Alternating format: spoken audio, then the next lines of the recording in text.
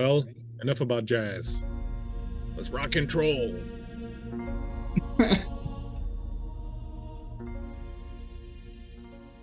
That was a joke because there are trolls lurking about.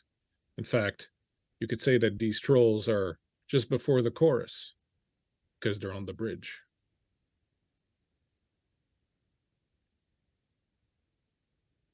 I'll be here all week. Remember to tip your waitress. Try the veal. Hi. I'm not a stand-up comedian, as you can tell. I'm a GM, although maybe you can't tell that either. But at least that's what I'm doing here tonight. GMing this super awesome Lord of the Rings game with some even more awesomer people who come on my show and make me look good. And so I would like to introduce them to you right here, right now. My friends here playing Lord of the Rings 5e with me tonight. Hello, friends. How are you all doing? Good. Good. I'm all right. Are you sure? Yeah. Yeah. Are you nervous about the bridge? No. I'm excited about the I don't think so. Nervous and excited. Nervous and excited. Fair enough. Fair enough. We will see what happens on the bridge momentarily. But first, my friends, I would like you to tell our people watching here who you are, who you're playing. And we will begin tonight with the always wonderful Blair. Blair, how are you doing? Hi, I'm Blair _ Canadian Moose all over the place. I'm good. I am playing REA again, the little baby elf that's only 101 years old. And yeah, she's a little sad right now if you watched the last episode, but it's okay. It's okay. She'll make it. She'll make it through. It's fine. And take some of her anger out on these trolls. Yes. She's already strategizing, trying to figure it out. But I'm excited for next episode. So that's pretty much kind of like when there's an explosion in a pastry shop, right? Moose all over the place. Yeah, totally. I like it. Yes, I'm in dad joke mode tonight. I'm not even a dad. Go figure. Thank you so much, Blair, for being back. I hope those trolls don't treat you too badly and that you get to give them a good shellacking. Speaking of shellacking, someone who has absolutely nothing to do with shellacking, but is wearing the most amazing knit sweater tonight. I am very jealous. Annika. Hello. Hello. ¿Cómo está? Estoy bien. ¿Y tú? Más o menos. Qué bueno. Hello, everyone. I'm not sure. I don't know where the closest one is to you. My name is Annika, and I will be playing Jorah, who is surprised to see some combat happening because we were told otherwise, but is prepared to take it on. And she's hoping to prove that it's not so bad on the trail today, maybe. You have trail mix? Trail mix always makes the trail better. She did make some, yeah. Nice. Very good. Very thoughtful of you. Thank you very much. Also for schooling me in Spanish, which I don't really speak, so thank you for that. Next week, French. So prepare yourself for battle. Parlez-vous français? Mais oui, je suis français. Ha ha. I was gonna say, you should know that one. I am French. How the tables have turned. I think somebody else who speaks French here. Yes. Yeah. Yeah, I speak French. I wasn't gonna swear. Hello. You were gonna throw down Kay. What's up, Kay?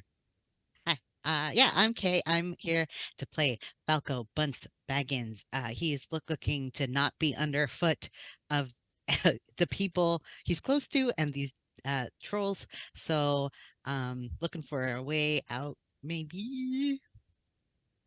But we'll see. I'm excited to be here. I'm just pumped to play. So let's get to that. Kay's like, all right, enough of this nonsense. Move on. It's got time to waste. It's not wasted time because we're going to use this time very wisely by meeting JT. Hello. I'm JT. My pronouns are they, them. You can find me on Twitter at WeebG. Tonight I'll be playing Silent, an elven scholar who, despite not being very good at killing them, knows more about monsters than they should. You know, knowledge is a weapon. It's true. You can always recite facts to them until the sun comes up and they turn to stone. We'll see if they sit and listen for that long. One or two of them might be into it. We'll see. I'll make some random rolls later, and we'll see. We'll see. Did you bring something fun to read? Oh, did you bring those steamy romance novels to read? Yeah. I know one of them would totally be into that. So, just saying, you don't have to do that. It's just an option. Okay, I'll keep that in mind. I'll see what I can pull out. Awesome. Thank you so much, gang, for being here. Super appreciate you being here, and I'm looking forward to getting into this one. A couple more little shout outs to do before we can get going. Sorry, Kay, you're going to have to wait another second or two. Of course, I'm Bleakseason. I hang out here and I play all sorts of games here on my channel. You can find me everywhere. And I can't do this without the wizard behind the curtain. That is my good friend Andy, who is producing this little shindig of ours. Thank you so much, Andy, for being here and producing with us. We are playing Lord of the Rings role-playing 5e by Free League Publishing. It is a 5e port of their One Ring game. Both games absolutely fantastic, absolutely wonderful. Do give them a look-see if you think you might be interested in them, if you like what you see here tonight. The music you will be hearing is by Tim at Tabletop Audio. Tons of fantastic sounds for your listening enjoyment. Check out their website and see for yourself what they have to offer. Tonight I'll be using some maps by a couple of people whose Patreons we are contributing to because we love their work so much. And I have named Animated Dungeon Maps and our good friend Solution, both who make absolutely amazing maps. So check out their Patreons, check out their websites. We're about to see one of their maps. You're about to see a map by Animated Dungeon Maps here in a second. I'm not gonna lie, the group is in a bit of a tight pickle. So if you feel like taking part in a game, maybe helping them out, you can always throw a couple of bits up in the air.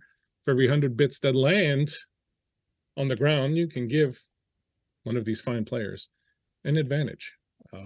Make them in Andy. Make them in Andy. Make them in like a producer. Make them in Andy. See, that's the French in me that's coming out. Other than that, who are we? We're Guild Superior. We play games. That's what we do. We play games. We play a lot of games. We stack games on top of each other and just play them. That's what we love to do. All our links are popping up over in the chat. Give us a check out. Come hang out. We are the lords and ladies of the coffee memes. Coffee memes kind of our game. That's what we do. So come and check it out. And with that, my friends, y'all ready? You are not prepared. No. All right. Little recap. You, my friends, are part of a larger fellowship. There are 4 of you, and then there are 4 other members of your fellowship. You are essentially sort of like squires to people with a bit more experience in this adventuring life than you. Each of you has a special relationship with their mentor, perhaps, if you will. Some of you perhaps a bit more contentious, like unfortunately are ye, but some of you have slightly warmer and more pleasant, let's just say, relationships with them. The lot of you had just finished doing some work when you were hired, so to speak, or at least dispatched by Saruman the White, none other than Saruman the White, who sent Isaiah de Caen Grima, who traveled all the way from the halls of Theoden King to come and ask you to undertake this quest for Saruman. There is apparently this group called the Headless Cross, who are a group of treasure hunters, a cult. It's not too clear exactly what they are, but what is clear is that they are allied with Shadow, and they are currently in the process of some sort of Machiavellian plan that involve, in some way, shape, or form, an old, long dead necromancer named Thazan Kel. And the last news that were gathered was that they had amassed a bit of a small army, perhaps, or a small group of people at Dol Guldur, and were traveling over to Lake Town for purposes unknown, but no doubt sinister. And so you have been tasked with traveling up the river running, meeting up with a group of elves from sent by King Thranduil, and in the hopes of intercepting this force from the Headless Cross is moving towards Lake Town. Lake Town, of course, suffered more than its fair shares of troubles in the past few decades.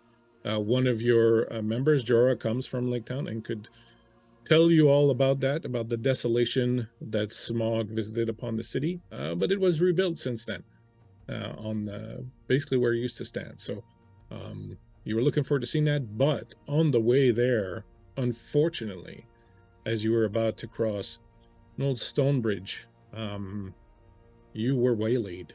You were ambushed. You were attacked. You were set upon by a group of rock trolls. And to everyone's chagrin, apparently the rock trolls have a Nazgul. You know, when things start going downhill, they keep going downhill. Did the rock trolls own the Nazgul, or does the Nazgul own the rock Not trolls? clear yet. You haven't been able to check their tags. In either case, is Nas good? Nice. Awesome. I see that Annika is also a dad. In my heart. In my heart of hearts, I invite you to take a look at Owlbear Rodeo 2 for a little map. Now, night has fallen not too long ago. You were basically going to cross this bridge, go through the door. So this is where you were heading. You were heading through these doors, which lead to apparently a way down from the mountain where you are into Mirkwood below. And not too far from there, eventually you were to meet the elves. So you were going to camp at the foot of the mountain. Unfortunately, you did not get there. The Nazgul has been flying around. The trolls began by lobbing rocks from their perches under the... I'm having trouble with my glasses and my head. Their perch beneath the bridge, they lobbed pieces of bricks taken from the bridge itself over, and it didn't crush anyone, it didn't hit anyone, but it kind of scattered everyone along the bridge. And now a group of these trolls have clambered over, or in the process of clambering over. You see three that have kind of taken up position. So there's two there, there's one here. Those two seem to be kind of looking for rocks or something to throw, so it looks like they're going to play the role of artillery. And a little bit further down here, you have, of course, the Nazgul, who is flying around and has landed on top of the ramparts just a little bit further out. The beast that is riding, just screeching out at you. Not gonna lie, in the immortal words of Lachlan Feldspar, you're in a tight spot now. See, that's a crossover joke with Greyhawk. My friends, let us do that thing that we call roll the initiative.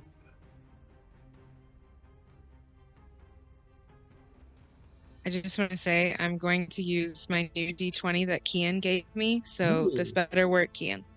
I know Kian's watching. Kian has already threatened me with bodily harm if I am too terrible to your character. Threats from chat. Uh-oh. Kian. Thanks, Kian. Okay. Okay.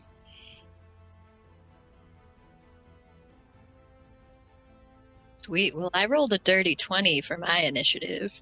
Ooh, let's go. Pretty good. Not gonna lie. It's pretty good. All right, so Jorah, that's 20. Willoughby, that would be me. That would be a 9 for your friends. Paco, I got 18. Swell. Arye. I got 9. And Silent. Got a 12.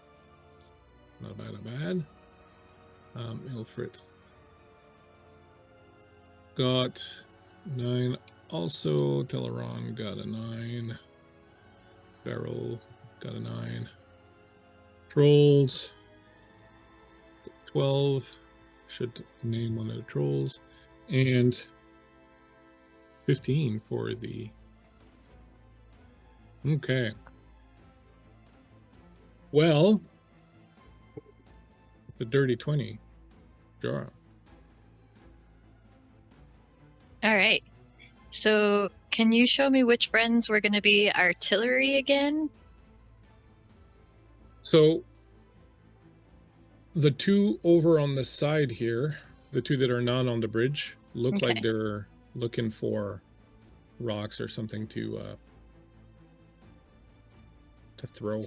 Sweet. So Jorah pulls out a massive bow, and it is an aged, worn bow that just has this sense of when it flies pretty true. And so she knocks an arrow and would to shoot at the one down here. Mm-hmm. But since we're outside and I have the language of birds ability, I get advantage on my attack roll. Pretty awesome. So, Who gave you Mhm. that power? language of the birds, because we're outside. Are you going chirp chirp chirp chirp? Yeah, I mean, as I prepare my shot, you kind of hear me signal to a bird that flies overhead, and I kind of To respond. distract the enemy and then Yeah. go for it. But yeah, so it's good that I had advantage because my first roll was a 3, but my second one was a 19 without my +4, so 23 to hit. That will definitely hit. And then we're gonna hit you with some damage, which is a D8, so that's gonna be 8 damage. Is that Oh. magic? What's that? Is it a magical weapon you're using? I assume it is. Yeah, well, that's what I was just remembering is that once per long rest, if I whisper the name of the bow, which is Foe Seeker, so if I say Foe Seek, I can get a magic success. Could I do that? Is it too late to do that? Well, so the magic success will basically gives you a crit. Mhm. You basically get a natural 20 automatically. So do you want to waste the fact that you've already hit? I guess that's true. But you'll Alright, do I'll save double it. damage, so it's not it's not. See, I necessarily did want the first one to be kind of flashy and dramatic, but no, we'll So save go- it. We'll You save it. can go for it if you want. I'm totally fine with you. No, I'm good. I do 8 damage. Okay, but it is a magical weapon, which is good because otherwise it would have taken a bit less damage. But no. Sorry. So it's a pretty good hit. I'm not gonna lie, it doesn't look really slowed down. Like it looks like it's pretty tough. But you did get a good chunk into it, and now it's looking even more for a rock, and it finds one, and it's got an eye on you, and you're pretty sure that it's about to rock your world. In a manner of speaking. At Rocky 8 pudding, for sure. That's for sure. Falco. Okay. So I'm gonna see Jorah loose the first shot. I'm gonna take out a little short bow for my little hobbit self, and I'm gonna aim at the same troll. Okay. If I could. So that is 17 to hit. 17 hits. Sweet. It does 2 damage, 2 piercing, but it's not magical, so. It seems to take about half. Ooh. And then I would like to take a bonus action to hide after moving in behind. The parapet sort of thing. Yeah, but I want to get behind Jorah and Aelfrith, Alfred? Okay. So go ahead and give me a stealth roll. That is an 8. That's an 8. You're not sure that it worked. All right. It is unfortunately now the troll's turn. So 2 of them are going to throw rocks. One of them is going to aim very specifically for Jorah because Jorah angered it a lot. Ooh, I just rolled an 18. So this chunk of rock, Jorah, comes flying towards you. That is a 22, which I'm assuming hits. Yeah, you got me. I got you. All right, so the chunk of stone that it just threw at you is not super huge, but it does give you 6 points of damage as it doesn't quite squish you, but it hits the ground in front of you and it kind of shatters, and the shrapnel is sort of what gets you from it. So you're kind of pelted with these rocks, and you take those 7 points of damage at you. The other one is going to throw kind of in the middle there.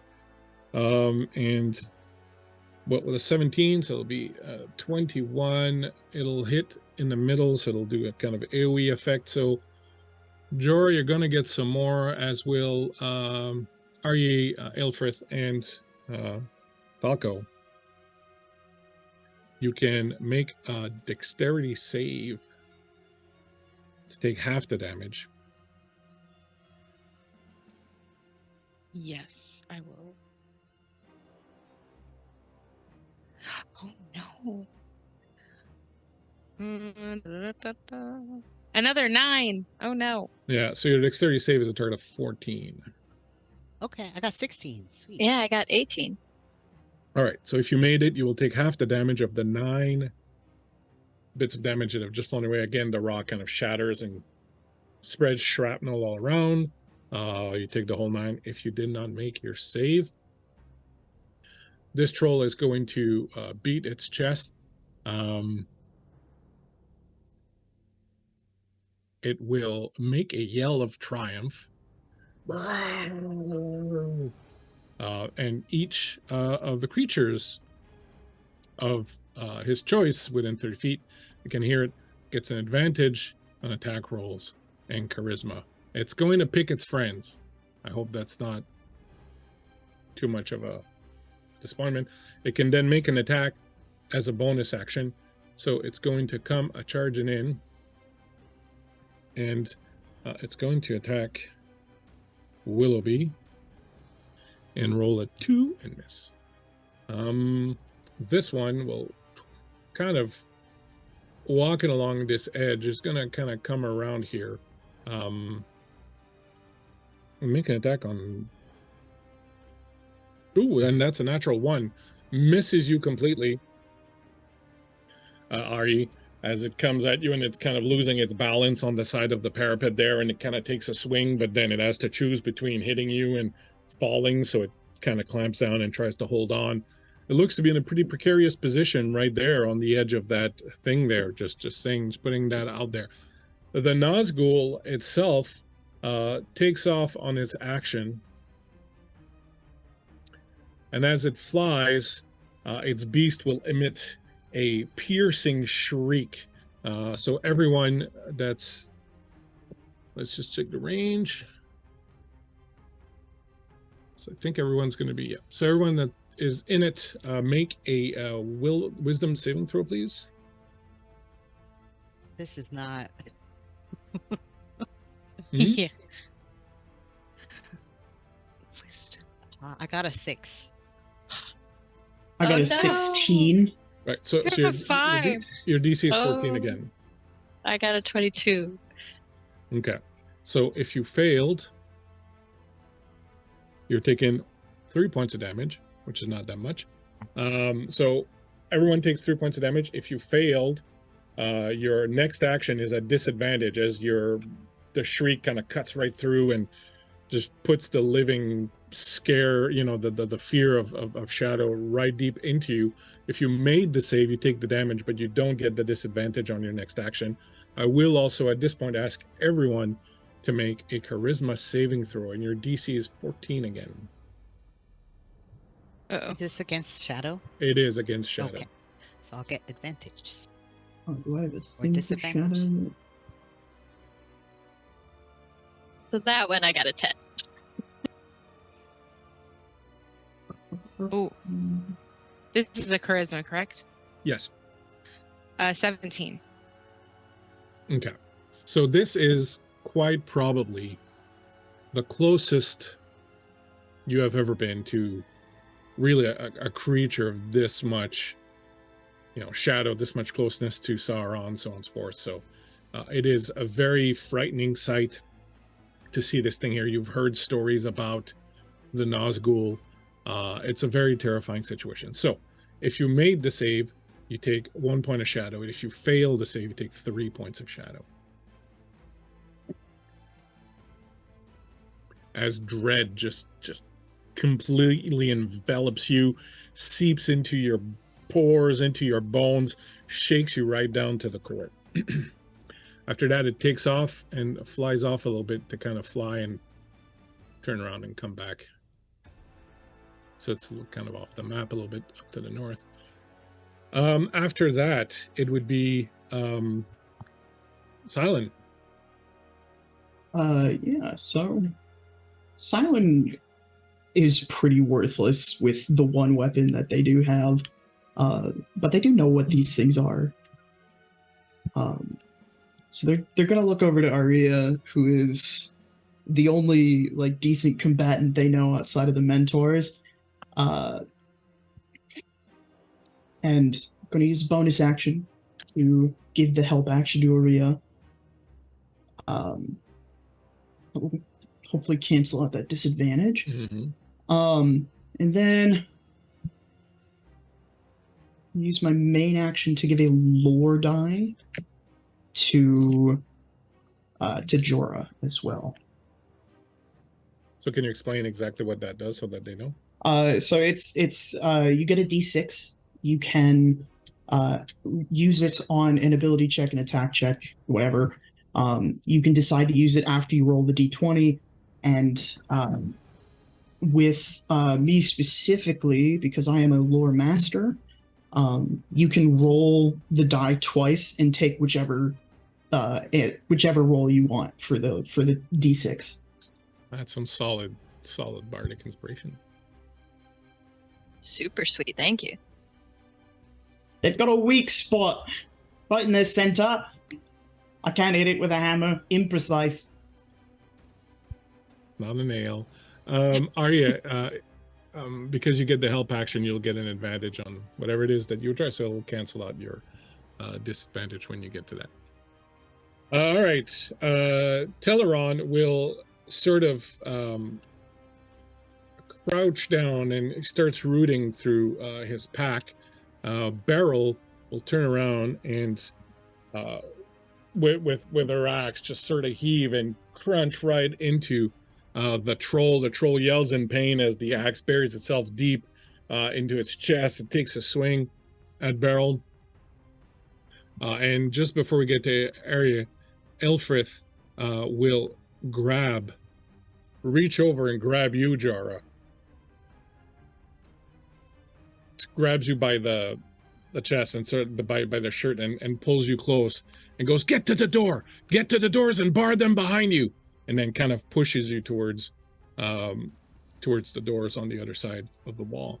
And with that, Elfrith draws her sword and her shield and advances over here to try and get involved in that fight. All right, Arya, your turn. Okay. Question. If I were to get like right here, technically would I be in reach of both of these trolls? Yep. Perfect. So Ari is going to the flavor for being so late in the initiative. She's gonna be like kind of thinking out loud. It's like, what is it about trolls? What is it about trolls? And then she's going, oh yeah, and she'll take out her spear, and I'm going to use my bonus action for Gleam of Wraith. which basically I can pick a weapon and put a light on it, and it says that light is sunlight. Okay. So I think she's gonna kind of like take it out, do a spin, and kind of smack it on the ground, and it's within range of both of these trolls. Excellent. So here's the deal with that. Sunlight curse. The stone trolls become petrified if they end their turn in sunlight. All right? It lasts until the light does last until my next turn. So Okay. All right. So that's good. But you slam it and they react right away. You know, and in fact, do this. I will say, I'll make it a save instead for the troll rather than doing an attack. So the troll will make a wisdom saving throw. Now he's got 7 of wisdom, so that's not too solid. And I rolled a 9. And so when you slam the spear down and summon the light, the one that's up here that was kind of precariously perched on the side of the wall that was just kind of holding, lets go of what he was holding to kind of cover his face, and you just see him kind of in slow motion sort of go back until you hear and then he pitches over and you hear I regret everything as he falls over the side of the bridge and goes to land somewhere so far down below that you don't even hear the crashing sound that he makes when you get there. So this one is a goner, thanks to your judicious use of your power there. Do you have any bonus actions or anything like that? To emit that light, it was the bonus action. So can I attack the other one, I guess? Oh, cool. Then I'll do that. So it was my spear. Let's see. Yeah, I'm just gonna attack. I'm trying to. Okay. Oh, that is a natural 20. To attack this guy. +5, so 25. So the way I do crits is you're going to get the full damage for your die. Ooh. Then you're going to roll an add. And I will say on top of that since now your weapon is emitting sunlight, it will be considered to have a bane against trolls. So on top of that, you can add another die of damage. Wow, let's go. It also, I'm trying to remember all the 1d6. It also says that it is radiant damage as well. So. Perfect. Woohoo. So you said an extra die, correct? Yeah. Okay. So I think that's 2d6, if I wrote everything down correctly. Oh, okay, that's 9. Oh, wait, I can do another one. Sorry, yeah. I'm reading my stuff. I'm reading. Oh, okay, that is 14. Plus the die damage, plus the full die for your crit. Oh, that's 6. So that's 20. 20. And do you have a plus for your strength or your? I don't. Okay. Yeah, I don't think so. So that's 20. Well, that's pretty solid though. Not happy. Not happy. It's Mr. Troll. He screams in pain as your spear buries itself inside of him. And you can see that the sunlight effect on it is already where you hit. You can see that the flesh is starting to turn into stone already. So you're like, oh, must pull the spear out or risk losing it. After that, so Ilfrith has moved there. She yells, "Get to the doors before the Nazgul returns." And we are back up to the top with Jorah.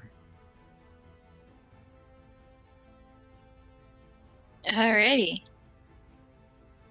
So, let's see. It looks like our crew is basically here. So I'll start by shouting to kind of us, the underlings. "The door," she said. "We got to get to the door." Because we all kind of know that we leave them to the big stuff and we run off and do the other things. And And then she's going to take a swing at the troll. She's going to move up here. I think I can go here. Yeah, you're good. Okay, cool. So yeah, we're going to run up. Well, I guess I want to be kind of away from the troll, though. And then take another shot at it. Okay. And then this time, I will say... I'm sorry, are you shooting the one that you shot before, or are you shooting the one that Oh, sorry. Arya just fought? Yes, I'm going to shoot the one that's right here. Awesome. Because we're going for the door. And that roll is going to be... Oh no, I didn't want to do the roll. I want to do the foe seek. So I load up the arrow and I just whisper, foe seek, and the arrow flies. It just flies with a uncanny magical accuracy. Absolutely, and it strikes right dead center chest. So roll your damage. You are doing an automatic critical, so you'll do max damage on your die, and then you get to roll. Oh snap! Okay, so snap. So that's a 12 damage to start, plus, and then we got to remember the plus d6 from our friend Silent. So right now it's... Can that be applied to damage, Silent? Oh, sorry, I forgot. Yeah, that's not for ability. Yeah, my bad. But let's see. So that was a 6. So we're looking at 24 damage. Okay, pretty good. He is definitely bloodied. He is definitely quite injured. Very good. And then because I didn't move more than half of my speed, can I do a fierce shot for an extra kicker of d4 damage? Yeah. Cool. So that's just one more. Okay. Nice. Good job. Sweet. Okay. Next up is Falco Bunce Baggins. Yeah. Can I get away with scooting past the troll without getting an opportunity attack? Yeah, you're a hobbit. You're good. Okay, cool. I'm done with the combat now. I've been hurt way too much. I'm out of here. They told me to go for the door, so I'm gonna just scoot straight up to the door, and I wanna... How does it open? I guess I don't know. All right. Well, you're up there. You really don't know how it opens. There's no mechanism that you recognize that you can see. You kind of push on it. It doesn't really seem to want to budge. Go ahead and give me a riddle check. Now, are you at disadvantage? You did take a disadvantage from the scream if you failed the saving throw. Okay. And that was on your next action, so since it went after you. Okay, Now, cool. you do have advantages, which you can spend if you... Yeah, I'll use my inspiration to at least make it an even roll. Yeah, if I can. All right, so that is a 14. Okay, that's not too bad. So you've seen a door like this before, and the way the door works, instead of having like a regular sort of lock, you have to move the bricks on the side of it to release to release the mechanism that's sort of holding it, and then it spins kind of on its middle axis rather than opening sort of like that. So go ahead and give me a I don't even know what it would be in this game. Give me a second. Look at your character sheet. I believe it would be a sleight of hand. So go ahead and give me a sleight of hand roll. Is this also going to be at disadvantage? Cunning action. So you could do that as your bonus action if you wanted. Yeah. No, it was just your next action got disadvantage. So this one you're good. So dirty 20. Oh, excellent. So you look at it, you spot right away sort of the stones that have like a little bit more damage, from having been moved, and you start kind of sliding them, and some of them are kind of stuck, so you got to work them a little bit. Maybe you pull out like a dagger or something and start kind of moving them. Probably need to take steps between to reach either side, and I run to the other side and to the other one, exactly. Only I had the stick. Yeah. And so you start unlocking, and you hear the mechanism groaning, and you can see the door is starting to sort of shift and move. So that was excellent on your part. Next up, we have the trolls. So the troll that's in front of the three of you is really not impressed with Arya and her spear of sunlight. So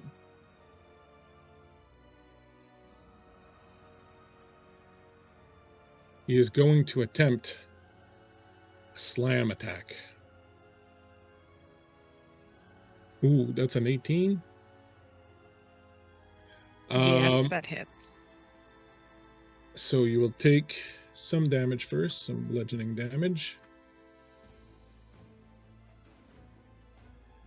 9 points of bludgeoning damage. And it reaches down and it grabs you, basically. It grabs and it slams you up against its chest. And it's squeezing you tight and kind of trying to pop you like a grape. Just sort of squeezing you against its rocky chest. You feel like the outcroppings and the little sort of pebbly things are just like kind of grinding into you. And it feels like you're being stuck between like a pair of grinding wheels or something. It's just like you're not having a good time. Up here, this troll will sort of jump in here. This one will jump in here. Alfred will try to sort of maneuver to kind of tank these guys. Oh, sorry, that's Silent. This one will make a multi-attack. On Teleron, that's a 19. On Silent, that's a 3. Plus, It does not hit me. yeah, but it's got a plus to hit, which is 8, so that's a total of 11. That also does not hit me. Awesome. All right, so it's just kind of flailing around. It totally misses you. It clips Teleron pretty good, though. Takes a bunch of damage, and you can see that he was trying to pull out a little scroll from his pocket, and he kind of falls back down. The other ones fight. Let's see what happens here. After this will be the Nazgul is coming back. And it's flying around and sort of coming back. At the end of the turn, as you're being crushed, it starts to turn to stone. And it's got you, and it's holding you incredibly tight and crushing you. And its eyes, you can see the fear as it understands what's happening. And it's just fighting so that you can't get out, so that you are forever sort of held in this embrace as it's starting to turn to stone. Its skin grays out and, you know, starts to crack a little bit as it's clutching you tight. And you realize there's a very good chance you're going to be stuck in here. So we'll see what you do when we get to your turn with that. Next up will be Silent. There's a troll right in your face. Bad breath. Yeah. This one is not the reading one either. Sorry. I don't suppose you'd be interested in some fun facts about our world. About Hobbit cuisine? No, I like Hobbits for cuisine just fine. well, it looked like a hobbit to you. Come on. You look a little lean, but I could stand to lose a few pounds. Okay. I think something is setting in for Silent. They're up against stone trolls, and that note was very particular about its choice of word, of being killed by the earth. So I think, because Willoughby is this one here, correct? Yep. Yeah. So I think Silent's gonna just attempt to move. Are we disengaged? Is that a thing in the system? Disengaging? Yeah. So you have to Okay. take an action to do so. Yeah. Silent's going to spend their action to disengage. And actually, I guess I don't know how far. You don't have to. You can go wherever you want on the bridge. Okay. You can move to wherever you want. Sure thing. So, Silent's going to move up to Willoughby. First is going to use their bonus action to give Willoughby the help action. Hey, you're not going to make us leave you, right? So when we ask her, Willoughby's got like his blades on, and he's like trying to kind of maneuver to get a stab in. He's like, I'm not gonna leave, but if we don't get her out of there, she's gonna be stuck. And he's like kind of trying to get his blades under the arm and trying to sort of pull the arms apart to try and get Ari some room to try to slip out. But you know, he's small and he's just got like these short blades, so it's not really kind of happening. Right, yeah. Blunt instrument stone will typically break along a face. Just hit it. I'm out of action, sorry. Damn economy system. Damn action economy system. If this was Pathfinder, you could hit it. Awesome. Teleron will do the same thing you did earlier, and will give some boostage to his friends down there. Willoughby is trying his darndest.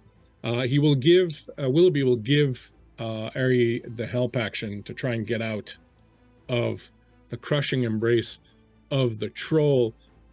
Beryl and Elfrith at the other end are fighting. You can see that the Nazgul is coming back. It's you, Ari. So the troll is basically almost completely turned to stone. There's really not a lot of wiggle room. Is it possible to break him once he's turned to stone? Sure. Will you have the opportunity? So you kind of think maybe you want to try to do something here. You do have the help action, so whatever you do will be at an advantage. But actually, let's see if you take a little bit of damage from on his action. He would have been able to squeeze you a little bit. So you'd have taken 3 more damage during his action. As just before he turned to stone, he would have squeezed you some more. So what would you like to do? Okay, so can I tell a few questions? Can I tell, like, he's also having like struggles with range of motion, right? So like he couldn't, okay. And I don't really have anything else that I can do per se other than hit it.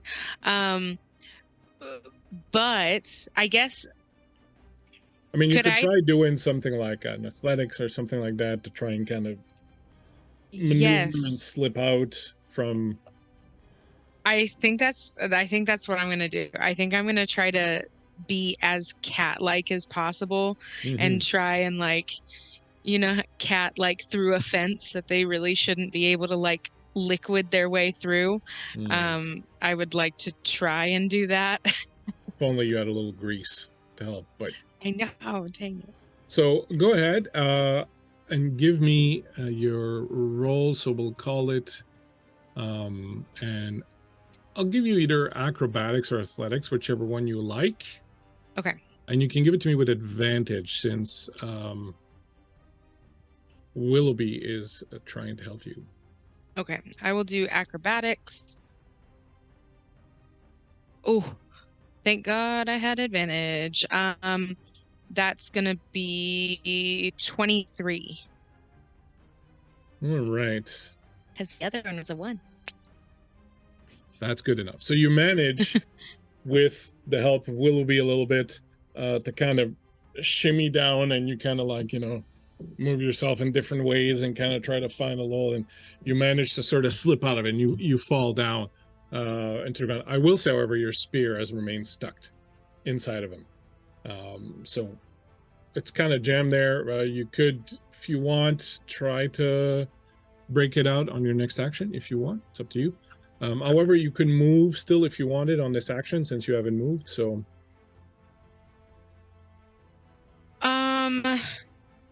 yeah, I'll just sad day for my spear. I'm just gonna go. Did you bring a spear? Spear? I didn't bring a spare spear. I do have other spare weapons, so I think I'm okay. But yeah, from I have 30 movement, so can I get to the door? Yeah, you can totally get to the door. Okay, cool. Then I will. Up to the door. You get to the door just in time to see the Nazgul can come in and scrumph, land right on top of it, looking down at you, Bunce Baggins, like you owe it money. I'm having not good luck today. Same. Back up to the top, Jorah. Okay. So is the one in front of me is now stone, right? Yep, It ended its that turn one there? is Sweet. that one is All petrified. right. So You can put moving a past that to thing on it. here. Seeing the Nazgul and my friends who I feel somewhat responsible for. We're gonna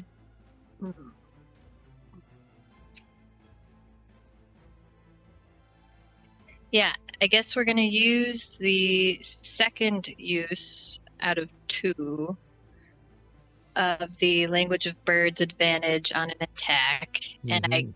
I want to shoot at it to be like, not them, me. The Even though Nazgul? she knows that's a horrible idea, but that's her idea that she has right now. All right, go for it. So we're gonna roll that advantage. Okay, so You're dirty shooting at the 20. Nazgul? You're shooting Yeah. at the Nazgul? Okay, so before you shoot at it, actually, you have to give me a wisdom save against fear. All right. DC 14. Okay. Okay. That's of course when I roll in at 1. Oh! You still have that D6, right? It's not going to help you? Oh yeah, I guess I could use that. Yeah, it's not going to I help. forget that applies to ability. I guess I don't. Yeah, It's not going to make a difference. Yeah. So you draw your bow, and you get ready to call it a bird, and as you look at it, you start feeling this doubt. It's useless to do this. If you shoot at this thing, it's not going to do anything. It's just going to make it angry. There's really no point. You just feel this doubt seeping right down into the core of you. So you don't use your action, but you can use it to do something else since you're not shooting. So the bow just kind of goes up, and then her eyes get wide, and she's like, maybe not. So I guess we're running up to see how we can help with the door. Is the door open yet? Well, we will see on Falco's turn. Okay. Which So I is guess- now, I think, unless you Yeah. have anything else in your bag you want to pull out. No? No, I don't think so. I think, yeah, I would just ready a help action if I could do that. I'll totally give you that. All right, Falco, Mhm. you have one more round of your sleight of hand roll, and you are getting the help action. So Oh, you can do it with an advantage. It's like of hand. I got a nat 20 and a nat 1, so I'm glad. Whew, Go so yeah, into 28. extremes. So no problem. So you finish moving the last stones, you're running from one to the other, and you're like, and you finally move the last one, and the door it starts turning, and then it kind of opens perpendicular, so that it's kind of like open this way, and there's like a way to go through on either side. This musty old air and this dust just sort of wafts out to you, but you have done this. Would you like to move? You can, if you want, move inside, or you can stay there. I will move inside. I do not want to be near this Nazgul. Yeah, because as we know, it's not as good. All right, so you move inside. Awesome. The trolls up there are going buck wild. The Nazgul itself rears up and crashes down, landing here on the bridge. As it does, its leg comes down on the petrified troll, smashes it into pebbles and dust. It just sort of explodes sort of all over the place. It lands down. It's going to lash with its tail. Add the 2 behind. You can make dexterity saving throws. Ooh, nat 20. Oh no. Well, you're not allowed to nat 20 against us. Sorry. Pick it up with the GM Union. I got a 9 again. That's my third 9 of the night. With different dice. They're all in trouble. And through Silence help, I was able to get a dirty 20. a dirty 20. All right. Oh, Did you roll twice and take the higher? I did. Good. It only Good. made the difference of 1. if I Okay, was that's given 1 point. if I was given the little bitty advantage, can I use that here? The what? The bits. Kian gave some bits. Oh, I didn't see that. Oh, someone's got to tell me when that happens. I'm not watching chat when we're in the middle of the combat. But yeah, you can totally do that if Kian... Yeah, I see that Kian give you totally. Go for it, please. Is it to make up for your shitty rolls? So make it right, Yeah, rolls. yeah, that's exactly what they put as the description. Kian, Thank you, Kian. Kian, it's not you, it's me. We are so polar right now, though. Like, we're either kicking butt or really dropping the ball. So go ahead What- and you can use it. So you can reroll. Dex save, correct? Yes, yeah. 16. All right, so that's good. So that will net you a point. So you take 9 damage. Half that if you made your save. If you didn't make your save, you are also struck prone to the ground. I don't remember, Annika, did you make your save? What was the making the save? I missed that number. It was 14. Okay, good. Annika, did you make it? I don't remember. Yep, dirty 20. All right, so you're both still up. The tail kind of swipes. You manage to kind of jump over it and just kind of get knocked about a little bit. The creature screams and is looking down at the two of you. Silent, it is your action. There's an Osgood there Oh boy, between you and your friends. what do I know about Nazguls? What's above?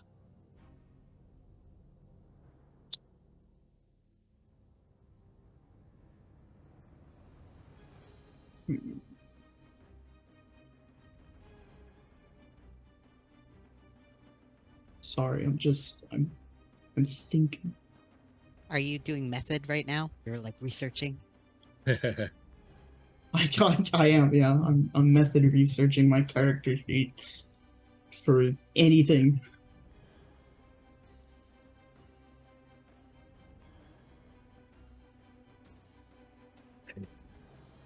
I'm truly at a loss. This character is not meant to be facing a creature with violent intent. So you can do simple things like try and get by it if you want. Right? Like, I mean, it will require an athletics roll or something to that, and it may not be completely in your wheelhouse, but it's big, but you can still try to kind of get by it, right? If you want, I'm just saying. No, yeah, no, I think first things first. Bonus action to help action Willoughby, because I wouldn't want to be up against this thing as Willoughby, let alone as Silent. And yeah, I think we're just gonna do a little scholar dash past it if we can. All right, so you can choose athletics or acrobatics, whichever you like. Can you give yourself that dice? That Yes, yeah, absolutely, I can. So you could use a bonus action to give yourself that. Let me make sure there's not any contingencies attached to giving myself that dice. Ow, okay, hi, buddy. No, yeah, I can just give that to myself. Very cool and fun with me. 26. Sorry, buddy.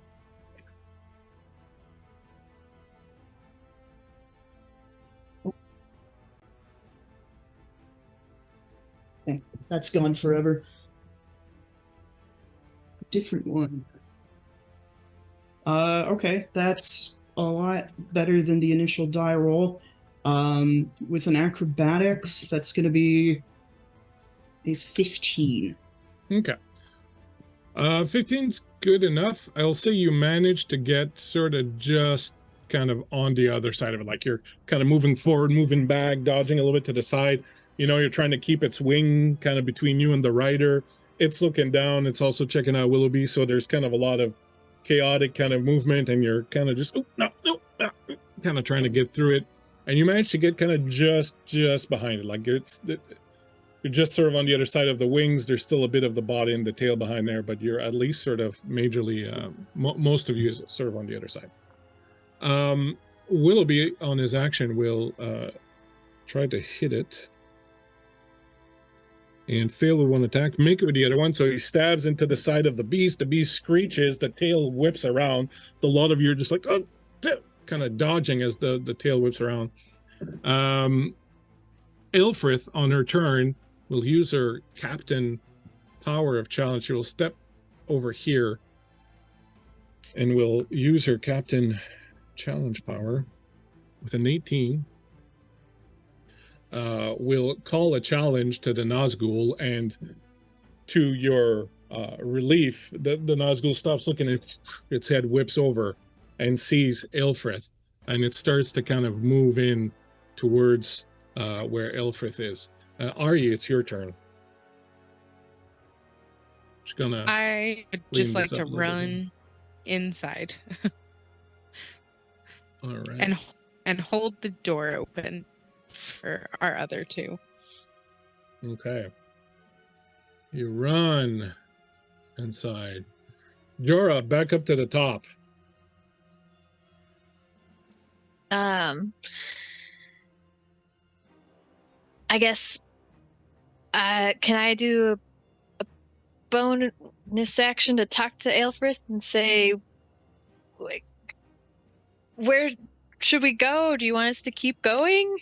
Should we wait for you? What's the plan here?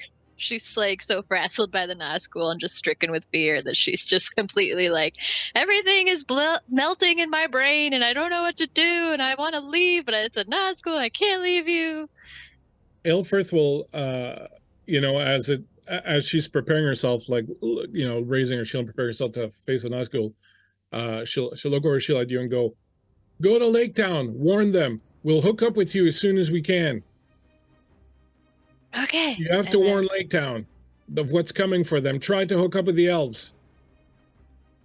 We can do that. And so if possible, I'd like my bonus action to be the help action for her, like whatever I could do in that moment. And then I turn and distract leave. Absolutely. Fine. Okay, cool. So then I'm skied out. Yep. Step out there. We'll go to Silent as the Nazgul will attack Aelfrith, the head of its beak coming down, and Aelfrith kind of bashing it away with the shield. We will go to Silent after you hear the fight going on at the other end of the bridge with the trolls. What would you like to do?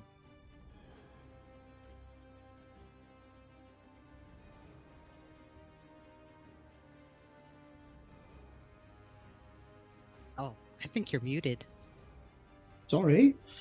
Silent will look to Willoughby quick, say, remember the note, don't be too brash. These are prime interpretive conditions, as it were. I'll see you at Lake Town. And we'll give him a lore die and the help action, and we'll move through the door. As you leave, he looks over his shoulder and goes, I should be safe. It said I would die with the earth, and it's not like we're fighting rock trolls. Those are stone trolls. You slip through with those last words.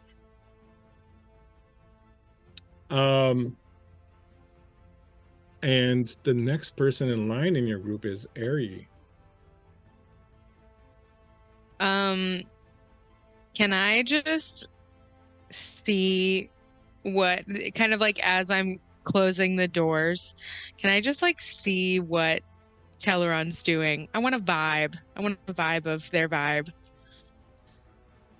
You look across the bridge and you see that Teleron's doing what he can, but there's now 3 trolls there. Beryl's kind of trying her best to sort of hold them off. Teleron's doing what he can to sort of help her and boost her. And sort of at the last minute as the door is closing, he looks up and he kind of catches your eye, and he just does, and the door closes. Ooh. I think she kind of had like a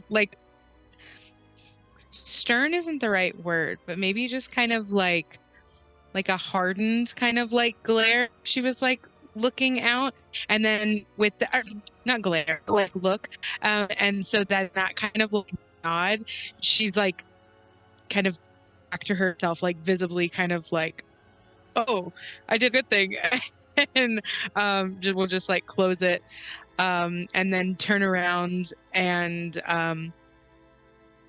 probably just sit down for a second because I lost a lot of hit points, y'all.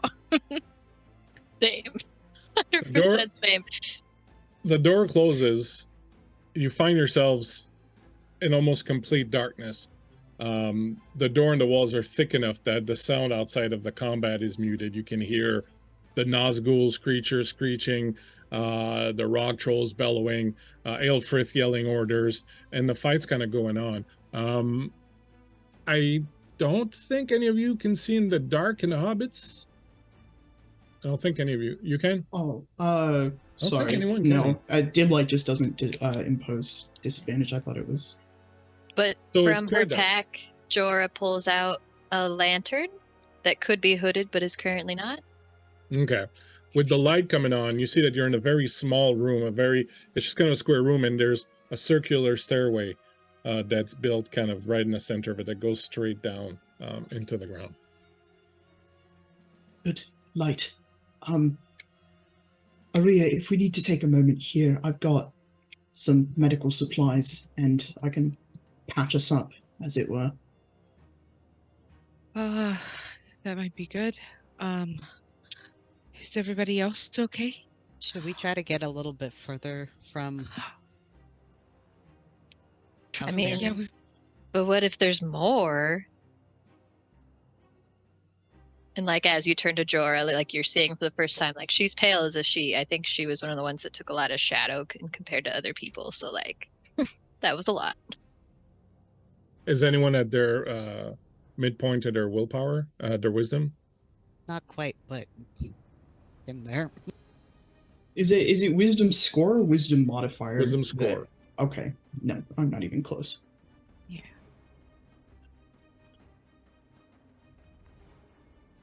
I think we should take the respite we can. Did you say it was just stairs down? Yeah. Um, There's like stairs that are cut straight into the stone that go down. yeah, maybe just take a quick rest and then keep going. Yeah, Yeah. just long enough to patch it. Really just a short one if you think about it.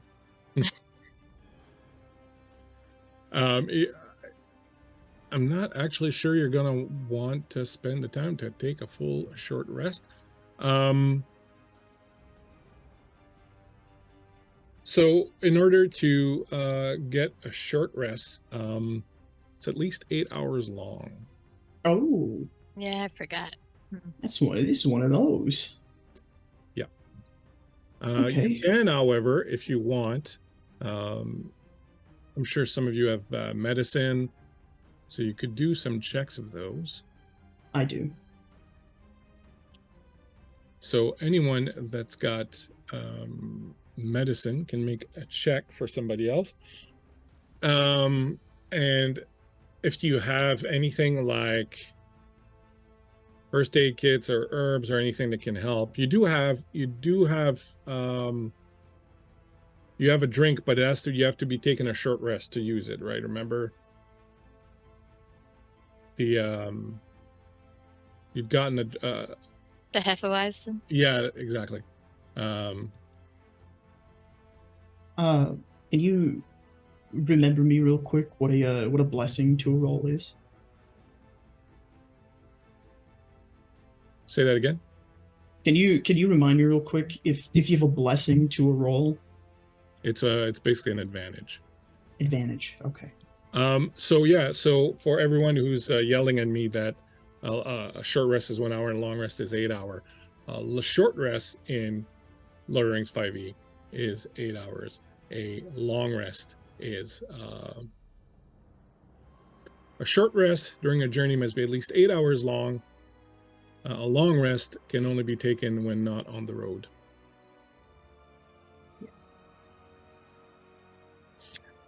I have a thing called Surge of Vigor, where I can do a kind of like mini rest thing. It just says regain hit points equal to 1d8 champion level and Constitution modifier. So Go for that. I'm gonna do that. Anyone doing medicine checks? Yeah, I will.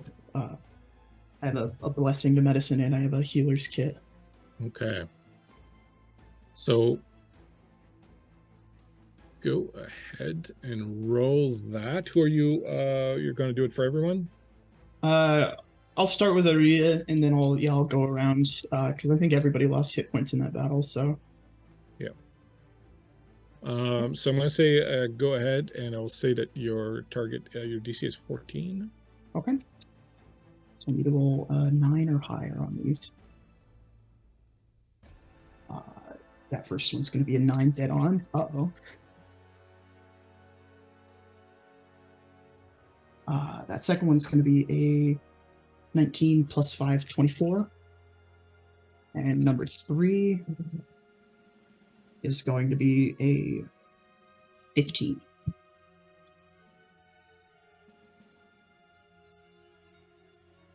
All right. So it works for everyone. I will say that since you're not using Hands of a Healer, since you don't have a short rest, I will say that everyone will get a D4 hit points back.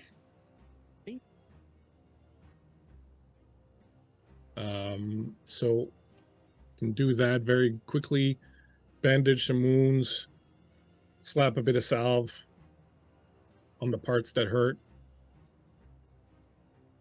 You should be good to go. Good as new. Almost. Holy moly, people! Thranduil is following us now. I just saw that in chat. Thranduil himself, King of Mirkwood. Wow. I know. Oh my goodness. So you will patch up quickly, and then with the light emanating from Jorah's lamp, you will begin to descend a little bit lower. It takes several minutes. It takes a good 15 minutes or so to get all the way down at the bottom of the stairs. When you come, there's another door similar to the one up there, but because it's inside, there's actually like a simple mechanism that you just unlock, and all the little locks pop open in the door. When you walk out, you're on a little bit of a rocky outcrop. You can still hear sounds of fighting very, very distantly up there. You're in a bit of a rocky outcropping. Below you is Mirkwood, the forest of Mirkwood that is just spreading out. You can see very, very far in the distance lights that you think maybe are Esgaroth, but it's very difficult to tell. The wind on this side of the mountain is bitter cold. It's really kind of cutting through you as you come out on the other side. There's a little path that goes down, and you figure you can probably find some shelter a little bit further down into the forested area. I will ask one of you, so whoever wants to do it, to make an explore roll. Whoever one's feeling up to your task, the task. I got a I plus have a- 5. Oh, that's better than me. I don't know. I don't want to. You Yeah. got it. You Same can as do me. it. Falco's not feeling up to it anyways. Scared and not happy. I would, but I'm still bleeding a lot. Well, it's going to be a 12 plus 5, 17. 17's good. So you manage to find, as you go down, a little spot that would make a good camp, kind of isolated. The wind's kind of cut down. It'll give you kind of a view on the main trail that's coming up, but kind of have you hidden a little bit. So, in fact, when you kind of move into the area, you can see that there's the remnants of other fires from before. So this is like a well-used kind of little camping area. You have options. You can decide to continue moving if you want. You can opt to make a little camp here and sort of wait to see if your friends catch up to you. What do you think you want to do? Well, what did they say? All I heard was about the door, and then They said that we should go to Lake Town and they would meet us there.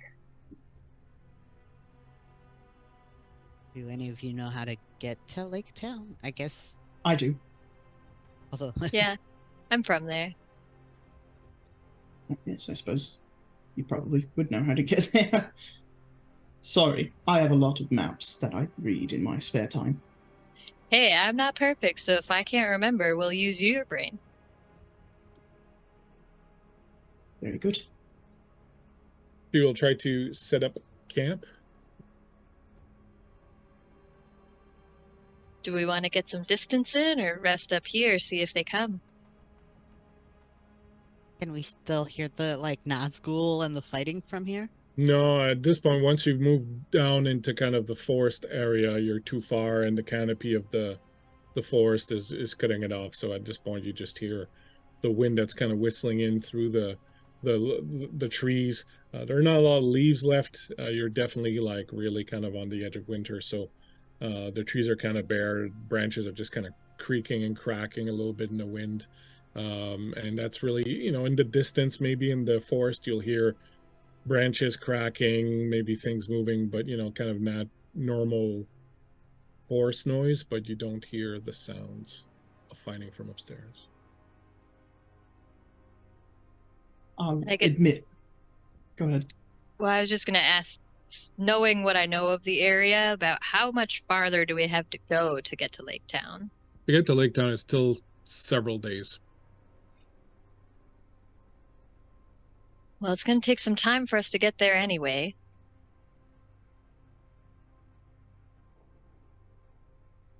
Plus, I'll if ad- you guys are hurt, then Scion, go. Sorry. No, you go ahead. Just saying, if people are hurt, then maybe taking a rest isn't a bad idea. And as you say that, Jorah's clutching her ribs and we don't have to stop. And then there's blood in her hand. Okay, if you're you just got well resting. You just coughed up blood. I don't travel with internal bleeders. I think that should be fine. No, sit. We'll get a fire going. I'll look over you properly. If you're going to make camp, go ahead and give me a travel roll, someone. You can get help from somebody else, so whoever's making it can make it with a boon. I'll roll it. I'll give you the help action. Thank you. No, we need this kind of wood. Light's better. 13.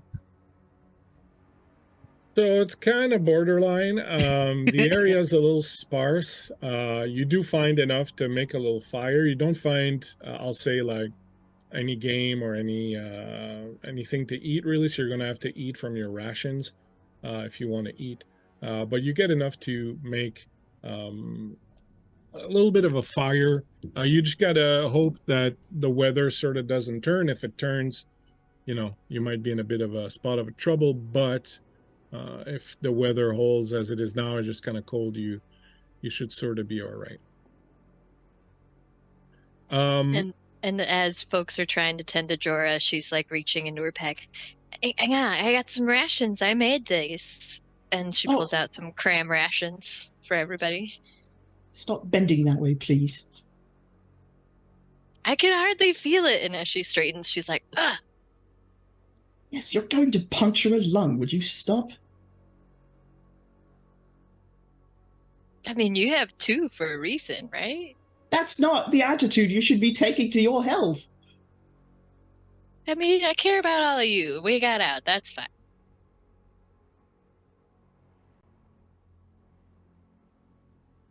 After we've made camp, can I climb? You said there were trees. It's forested and stuff. Yeah. Can I climb a tree and use my hobbit eyes to see if there's any trouble, any disturbances of birds? Disturbances of birds. I Yeah. like that. Yeah, go ahead and give me a perception or survival if you wanted. I'll do the perception. That's a 6. You've rarely seen such a dark and disturbing looking forest look so safe and so devoid of any threats or You know, people said all sorts dangers. of things about Mirkwood, but I don't believe them. It'll be fine. You've been here for 5 minutes. Yeah, I just went up a tree. I took a look. It looks fine. It looks great.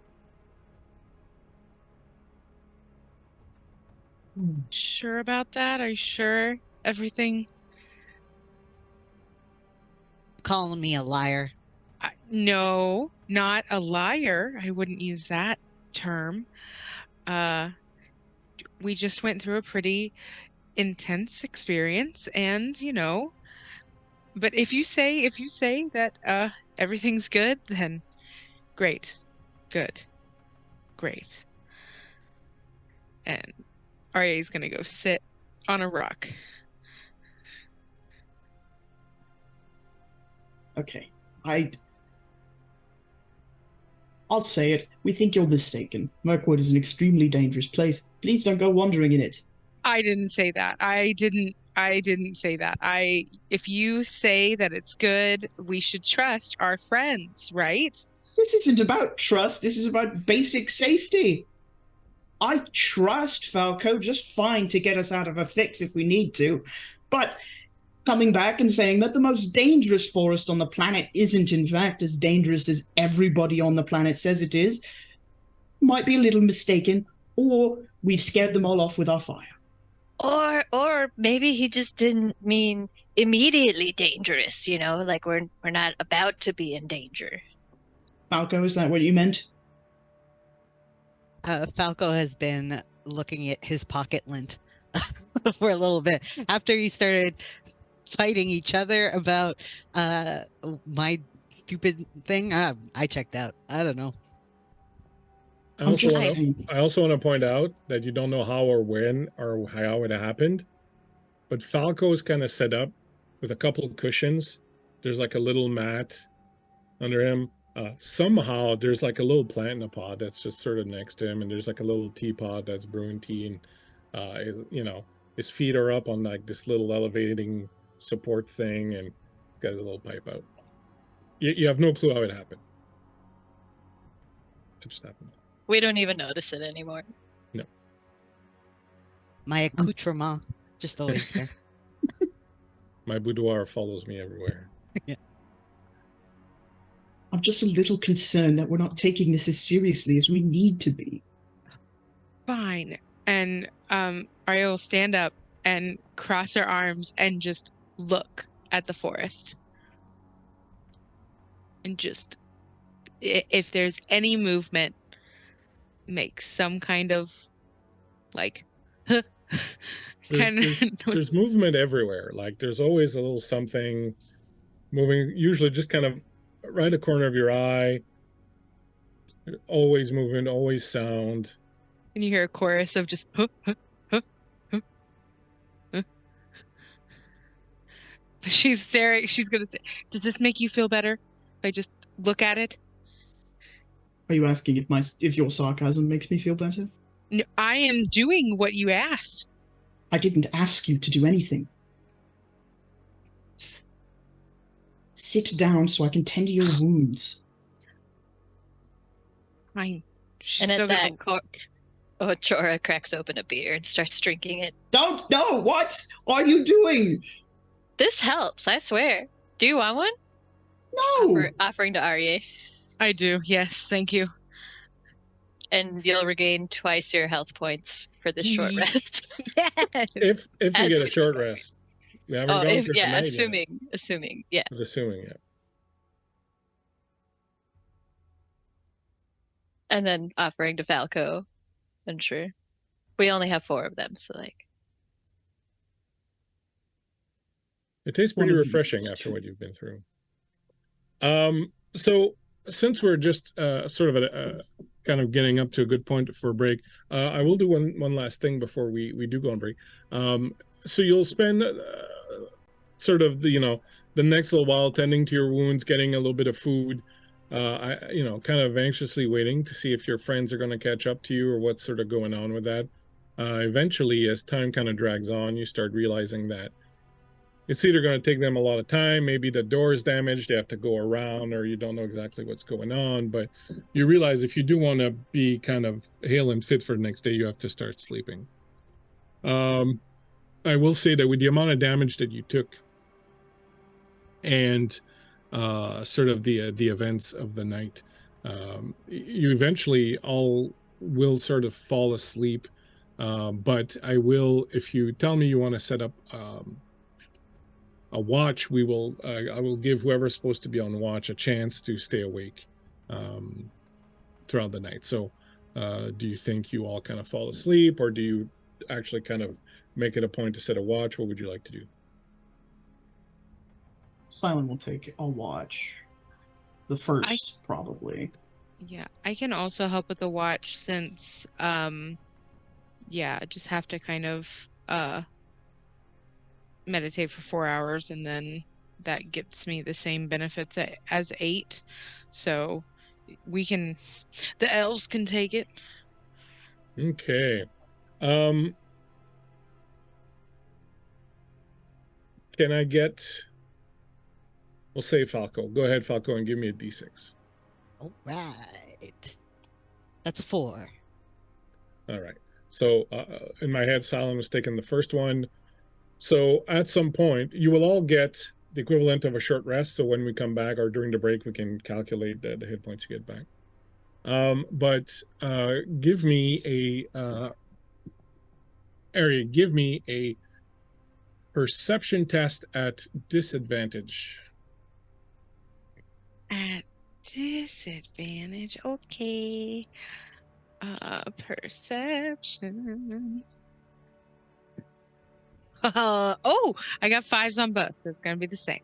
But my perception is so 11. So at some point near dawn, you're kind of almost ready to wake your friends up. You notice that something has changed. The sounds are completely different than what was there before. And you kind of feel like there's maybe something that's happening. Something is changing. What do you want to do? You're sitting there, your friends are snoring away. You just get this sense like the hairs on the back of your neck.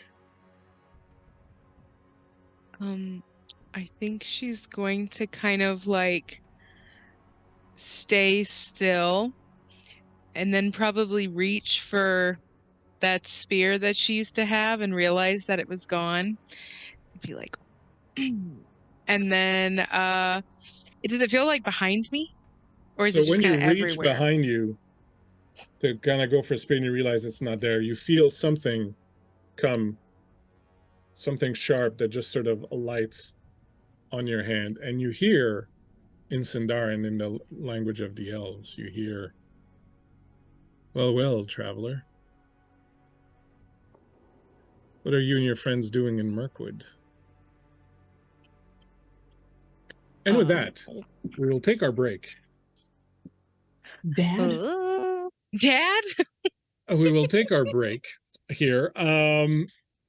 Thanks so much, everyone, for hanging out with us. We appreciate. I'm sorry, I know a lot of stuff was going on in the chat during the combat, but when I have the combat and the maps and sort of everything out, I kind of zoned out, and I had to focus on this. So if I missed anything important, I'm sure Andy took care of it. Thanks so much for hanging out. Thank you for the bits.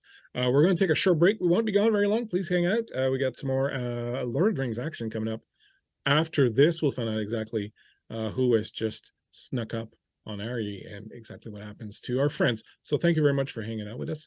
We will be right back in a couple of minutes. Don't go anywhere.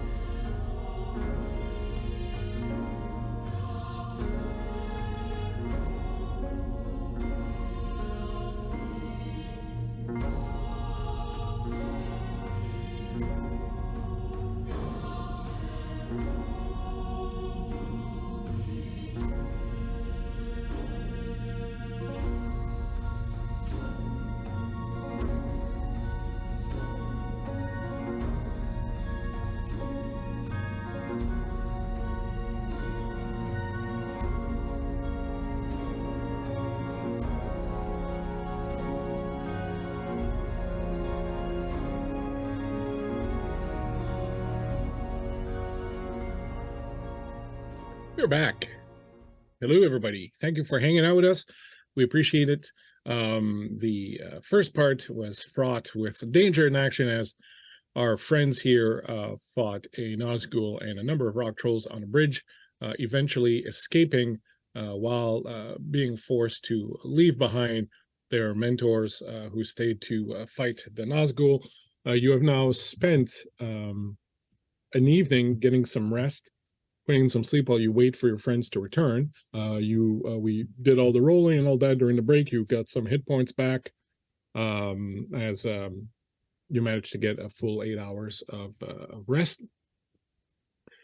However, just before dawn, while Arya was on watch, you were taken somewhat by surprise as someone is apparently behind you with some sort of sharp hard object pricking the back of your hand, and they say in Sindarin, hello, traveler, what brings you to Mirkwood Forest?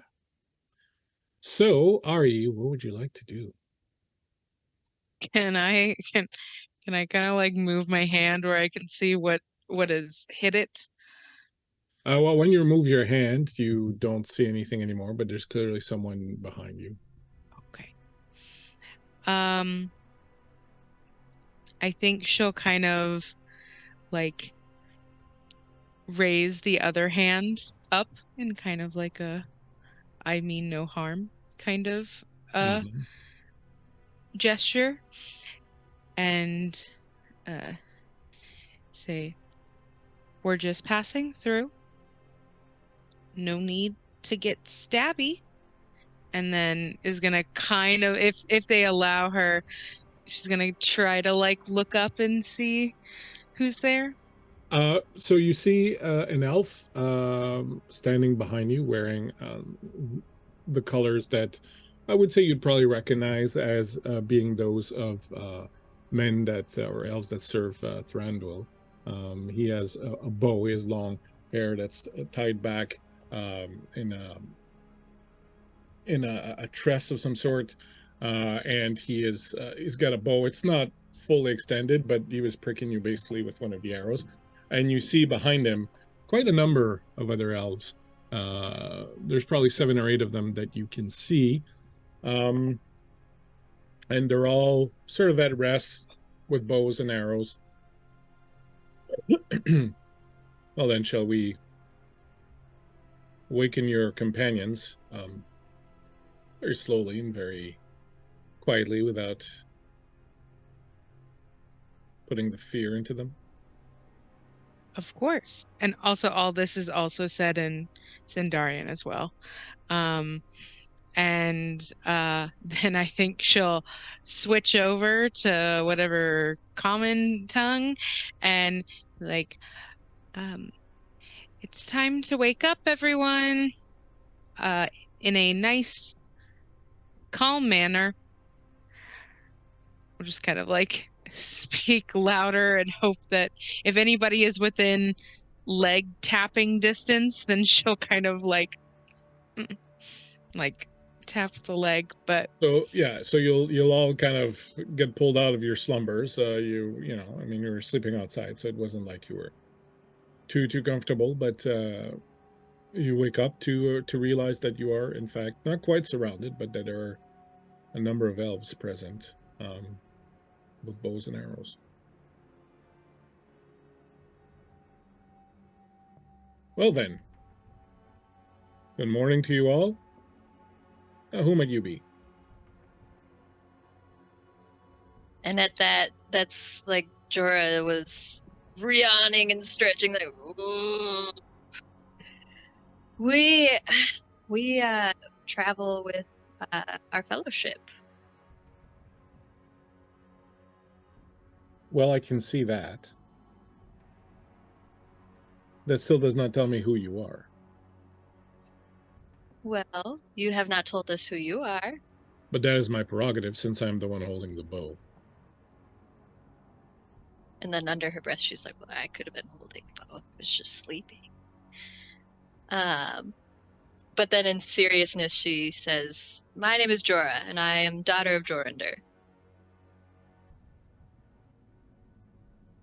I'll approach one of the elves and I'll stick out my hand. I'll be like, I'm Falco Bunce Baggins. Nice to meet you. We're here to meet with an army of sorts. Are you that army?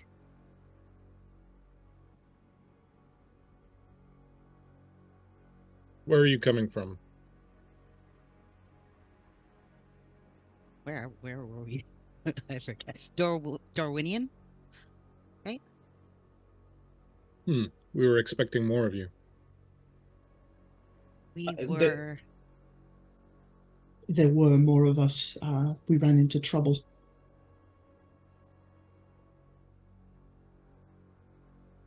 Up on the bridge. Right. A Nazgul and some rock trolls. Maybe you want to look at that instead of us? Well, not if I have the option. It's rather rare that we see something like a Nazgul flying around here. We saw it from afar yesterday. They don't usually come down into the valley. I see no reason to attract its attention any further. My name is Caleron. I am a captain service to King Thranduil.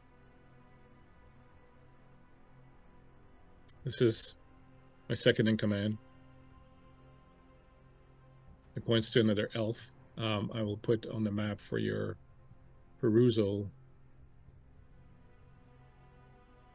an image of these two. This is my second in command, Legolas.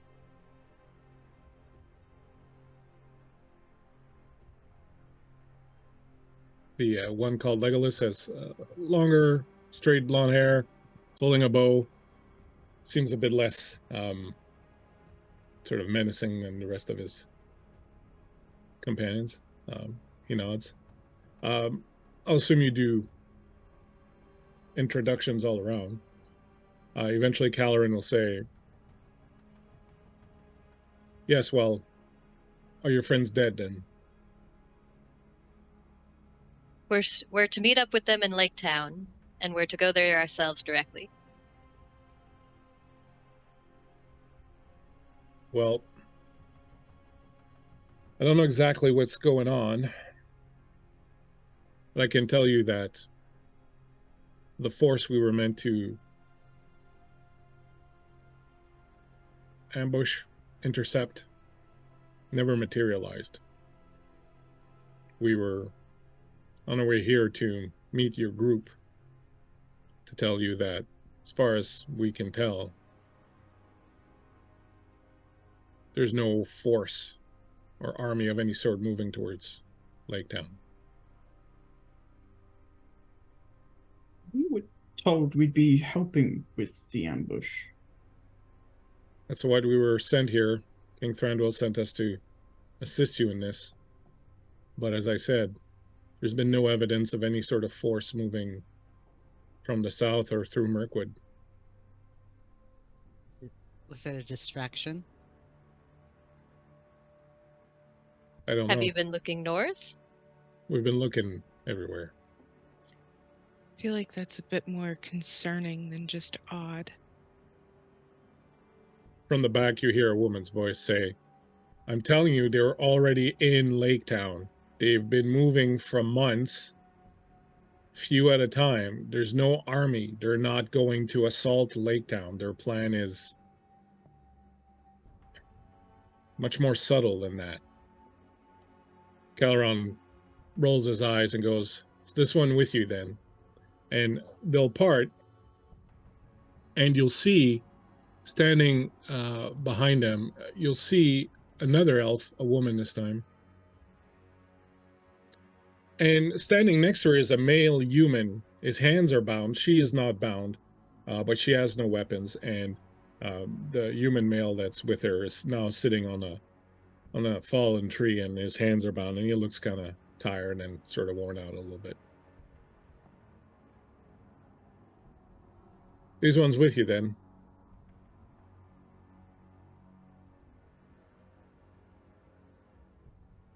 I don't Not us. think so. No. We intercepted these two trying to get through Mirkwood. They said they were on their way to Lake Town.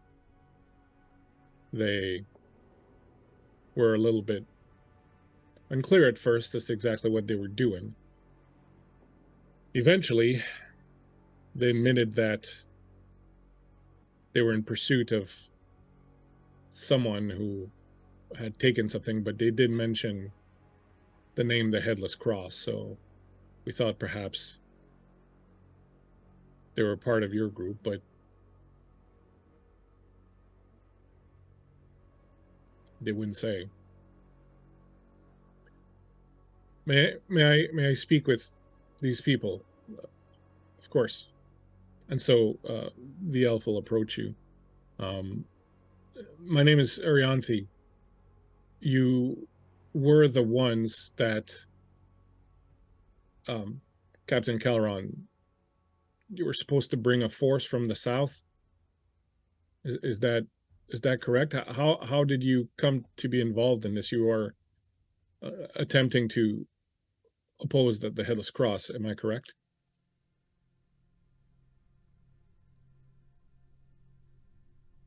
You don't seem sure.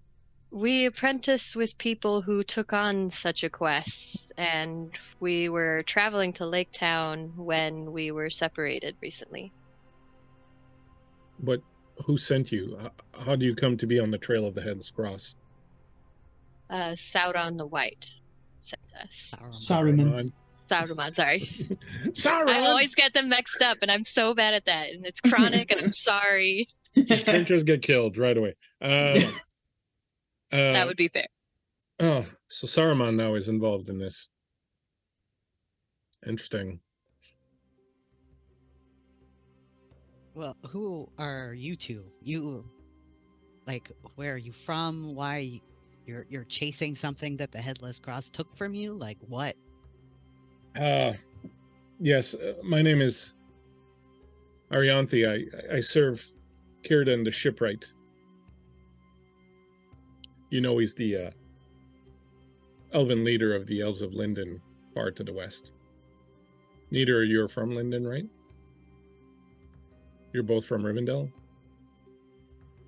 Silence from Linden, right? Yeah. Yeah. Oh, Sorry. so yeah, so then you would, yeah. So Círdan the Shipwright is the lord of your area. I serve Círdan the Shipwright. I've been on the trail of the Headless Cross for quite a long time now. This is Elendil. I met Elendil very recently. He's from Bree. His daughter Lan and some of the wardens in Bree were recently involved in opposing the Headless Cross. We been tracking them since from all the way from Norvost and the North Downs. It's a bit of a long story, but look, the Headless Cross has been moving for a while through the shadows without drawing attention into Lake Town. There's certainly not an army, but there's certainly quite a number of them in Lake Town already. Are they looking to do a takeover? Or, like, you said subtle earlier. We're not too sure exactly what they're. Let's sit. I'll tell you what I know, and you can tell me what you know. And Caleron says, "I've heard this story before. You talk amongst yourselves and decide what you want to do, and we'll make ready to leave. Legolas, you want to keep an eye on them, Sir Captain." And so the other elves will kind of start getting ready, and Arianthe will look at Legolas and go, "Can we untie his hands? He's not going to do anything." And Legolas says, "I wouldn't want to disobey the captain."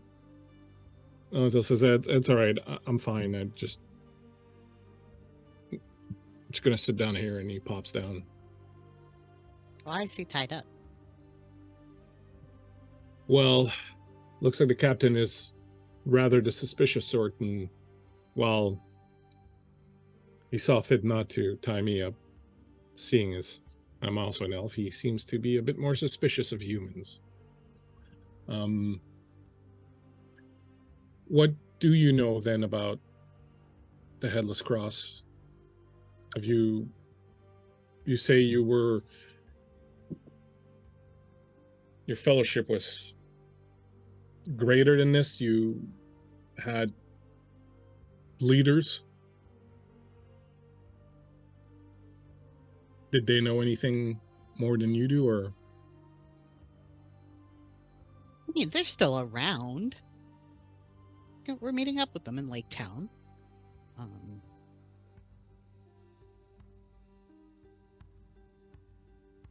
But yes, we each squired with someone, and they knew more of the grander plot than we did. We just knew that we were going to Lake Town to lead some kind of force against some kind of other force. Well, there's no army of the Headless Cross in Lake Town, but there is certainly quite a number of them, and they're quite dangerous. Are you still committed to your quest then? Are you still committed to heading to Lake Town and trying to help? We have an interest in retrieving something that they supposedly stole from the south. Some artifact that they were going to use either in Lake Town or further north from there to... The Twilight Keep. Yes. Well, they no longer have the Twilight Keep. You took it?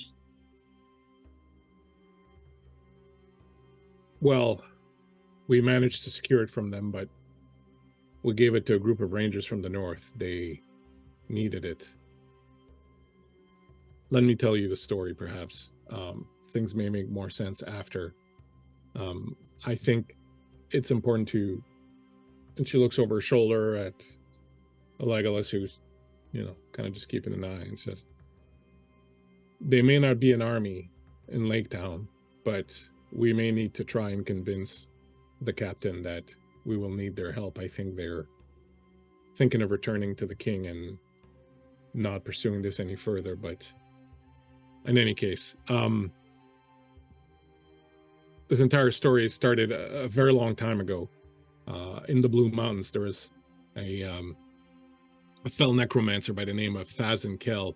He was defeated at his tower by elves from Linden.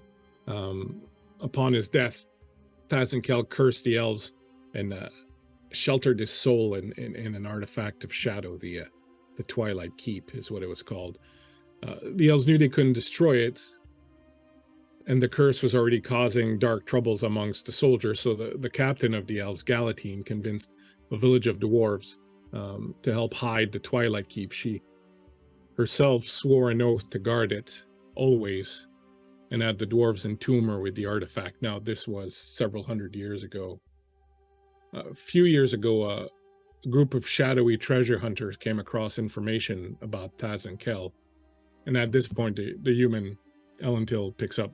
I was with them then, in Tharbad. The group, we called ourselves the Headless Cross, was after a landmark where we found our first few artifacts. We were just treasure hunter looking for ways to make some coin, finding ancient treasures and selling them. But once we started hearing about Thazin Kell and the Twilight Keep, there's something dark that took hold of the group. There's a number of us that turned our focus then to resurrecting this necromancer, Thazin Kell. It was as if his soul was calling to us from the beyond. Those of us who heeded the call formed a cult devoted to him. The others were convinced to join or disappeared. Our leadership had struck a bargain with some outside interest. I know not who, but they sent an orc assassin named Bane Haradoc to retrieve the Twilight Keep. he managed to get it, but before anything could be done with it, it was stolen from us by a young man from Bree named Kel Halfmoon. The name, I guess, confused Thazin, and he attempted to take control of the youth, but the youth was not of his blood, so he wasn't able to do so. Arianthi then cuts in. I discovered the news of the Twilight Keep in Thazin then. In Bree, I met a group of wardens who defeated the orc Bane Aradok and prevented Thazin's return through one of his descendants, a woman named Violet Kell. Elentil's daughter, Lan, was one of these wardens. The keep itself disappeared, however. It housed Thazin's soul and called out to people, luring them to try and get itself free. After Elentil also disappeared from Bree, I followed him north, thinking that he's the one who had the keep. Elentil says, I didn't have it. I was following others from the Headless Cross who traveled to the North Downs. They were hoping to resurrect Thazin in the body of some long-dead corrupted Bjorning, a shapeshifter named Wenloth. I renounced the Headless Cross a long time ago, and I was just trying to make things right. Aranthi says, we met a group of rangers from the north. We managed to stop what they were doing with this Bjorning, but the leader of the cult of the Headless Cross, a barding woman named Asford, managed to retrieve Thazin's soul from the Twilight Keep. It's now inside of her, and we've been following them since then for weeks now, all the way from Norvost. I believe they made their way all the way to Lake Town. I don't know what they intend to do there, but I know that Thazin Kell hungers for a more powerful vessel than that of Asford to inhabit. Whatever plan he has for Lake Towns can only spell doom for him and perhaps the whole region. That's where we are at now. We know Thazin Kell's soul is in this woman Asford. We know that she is in Lake Town with several members of the cult. How many of them? Impossible to tell, but certainly a good number of them, and what they intend to do there is unclear also. But we've been chasing this damn necromancer soul all over Eriador for months now. We're very close to them, and well, I'm hoping you can, if not assist us, at least maybe help us convince the captain here to let us go so that we can continue on our way to Lake Town to try and put a stop to whatever it is that is going on. Does he not believe you that there's still a threat as a cult, or? Legolas speaks at that point and says, unfortunately, I believe that my captain's point of view is that we have fulfilled our orders. We have come to meet you. At this point, this is a human problem, and, well, I don't want to say that Caloran would not be willing to help, but he will not do it without express orders from Thranduil to do so. Saruman doesn't think that it's a human problem.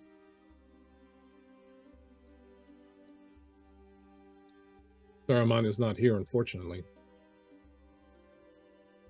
Right. We are. We're here on his behalf. And perhaps you can speak to Caloran and convince him to go to Thranduil for help. And is he close enough that like he can kind of hear what we're talking about? Probably not. I mean, you can never know what else. But he doesn't seem to be eavesdropping. I just have a question. Who are you addressing, please? The two who've been telling us this tale. Arianthi and Elentil. Yeah. If the soul is in a woman, what use is the Twilight Keep to the Rangers? What other properties does it possess? It doesn't, but during the during the fight with the Headless Cross and Wenloth, who they had managed to resurrect, something occurred. One of the members of the group from the Rangers had an artifact on them. It reacted strangely with the keep, and after the Wenloth, the undead shapeshifter, was destroyed, it created this strange reaction. The keep was opened. Thaz and Soul managed to escape from it, but a part of the young woman's soul, that because of the artifact that she wore around her wrist, got locked inside the keep. So since the keep was no longer necessary, as Thazan had fled it, we gave them the keep, and I think they were going to try to find a way to salvage what they could of this young woman's soul that was trapped in there. We don't know what became of them. We left for the east and they went west, looking for, in the Blue Mountains, near Lake Evendim, actually. In the city of Eskerdale, there is a sage who lives there who knows a lot about Bjornings and shapeshifters. The young woman whose soul was trapped apparently was, well, she turned into a fox, which was a very strange thing, but something to do with the artifact. It was a family heirloom that she wore around her wrist. In any case, they were looking for a way to remove the curse and get her out of her predicament and return what had been taken from her from the keep. So we left the keep with them since it was no longer necessary for us. And we headed west. We headed east, and I have no clue what became of them.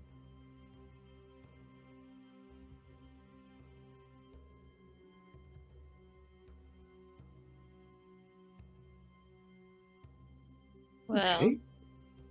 I don't know what my friends are thinking here, but it seems like we're on the same missions so far, so we should team up.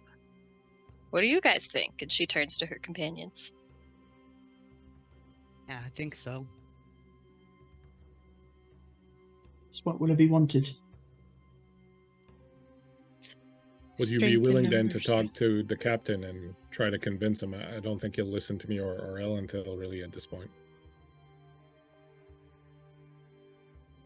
I mean, yeah, I think we have to. I don't think we have a choice.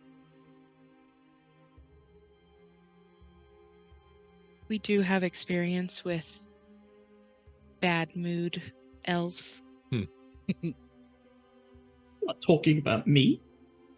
No, this time I'm not. Oh. All right.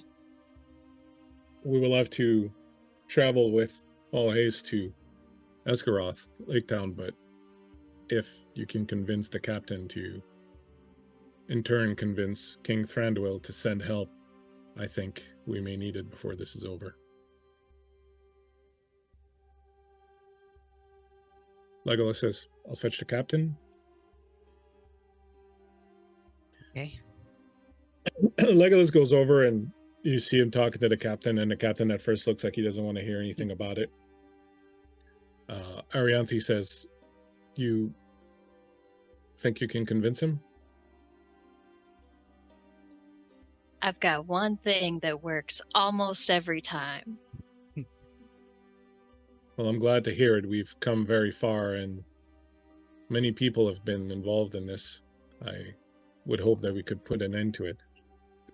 She's looking at you, Ari. She says, do we know each other? You seem quite familiar. Me? Yes. She's gonna like study her face a little bit, kind of track through her mind if she's ever like visited Rivendell or anything. Or is she from there? No, I'm from Linden. Mm, Have you ever been to Bree?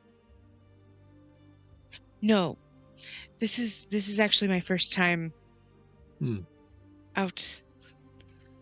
You remind me of an elf I met there. What Aelwind. was? Aelwind was her name. Oh, that's my sister. Your sister. Yes. Well, that's interesting. Uh-huh. Aelwyn was one of the wardens in Bree who helped us defeat Bane Aradoc. That sounds like her. Is she okay? Did everything? She's fine. It's somehow they managed to defeat this rather frightening orc, to be honest, and rescue their friend, the young man who was cursed by the item. Kel Halfmoon was the name, I do believe. They also managed to prevent Thaz and Kel from taking over the body of his descendant, Violet Kel. They did a great deed for, well, Eriador, perhaps even for Middle-earth. Well, I feel better knowing that another member of the family is here with us. Yes. And you could tell, like, listening to that story, like Arya was like, oh, wow, my sister, the best, sounds great. And then with that little bit at the end, it's like, yes. He was quite formidable. She's the best. Absolutely. I will try to be like her in any way I can. Aria's quite the combatant. You should have seen her on the bridge the other day. Yesterday, actually. Felled an entire troll. Two, actually, now that I'm counting. Well. All on her own. Oh, that's remarkable. You certainly live up to your sister's promise. Sure. Yes, she does. It was amazing. Oh. She was all like, kapoosh, and they were all like, and then they exaggerate, but thank you. No, you petrified an entire troll on your own. I didn't even have to feed you that information. My parents will be happy that class worked. Well, I guess Lake Town is in good hands then. She's just gonna kind of like look to her compatriots and like nod, and just the face says, "Make it stop."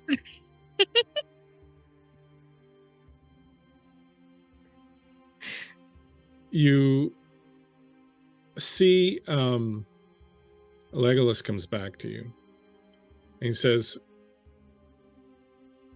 the captain will hear you out.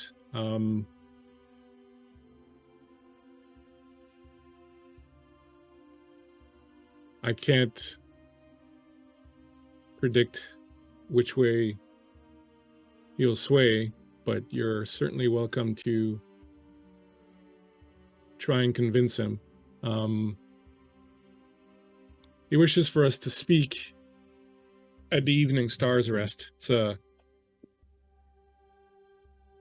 location with some meaning for us, not far from here in Mirkwood.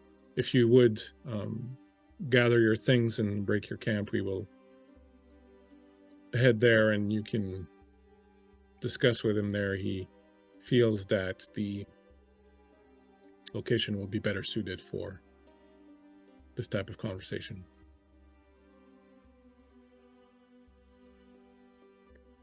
So as you gather your things and prepare, I will say that through the rest and through having met other companions, having heard the story of your sister's deeds and so on and so forth, I'll say that you all heal one shadow.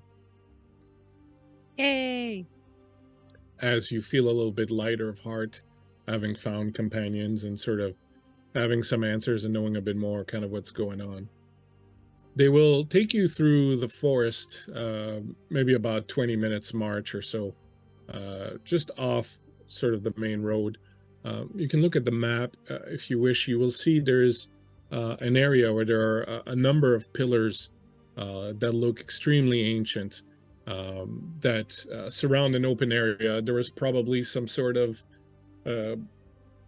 gazebo-like structure a long time ago in this area. But of course, with age and time, most of it has kind of fallen apart. But when you approach the area, even though you are in Mirkwood and the forest around you is dark and kind of depressing looking, really, when you think about it, the area itself, the canopy is open.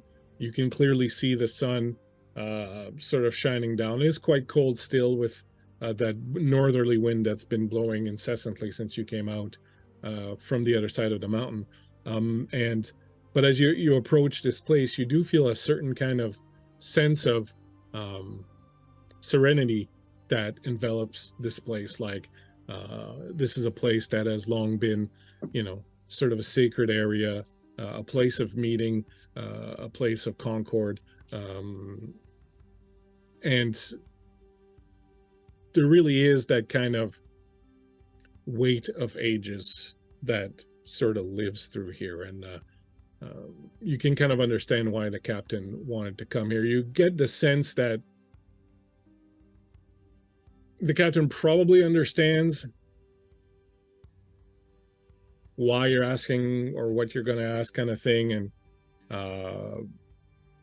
you get the feeling he's not completely deaf to it, but you also get the feeling that he is probably not someone who wants to take too heavy a responsibility for these kinds of decisions. And so he's probably kind of hoping for some sort of inspiration from the ancestors and whatnot in this area to help him and give him wisdom in this moment. As you approach, the other elves have kind of spread out and are standing around in a loose circle. They're not holding their weapons anymore. Some of them have gone around and lit some of the torches and candles that are in the area.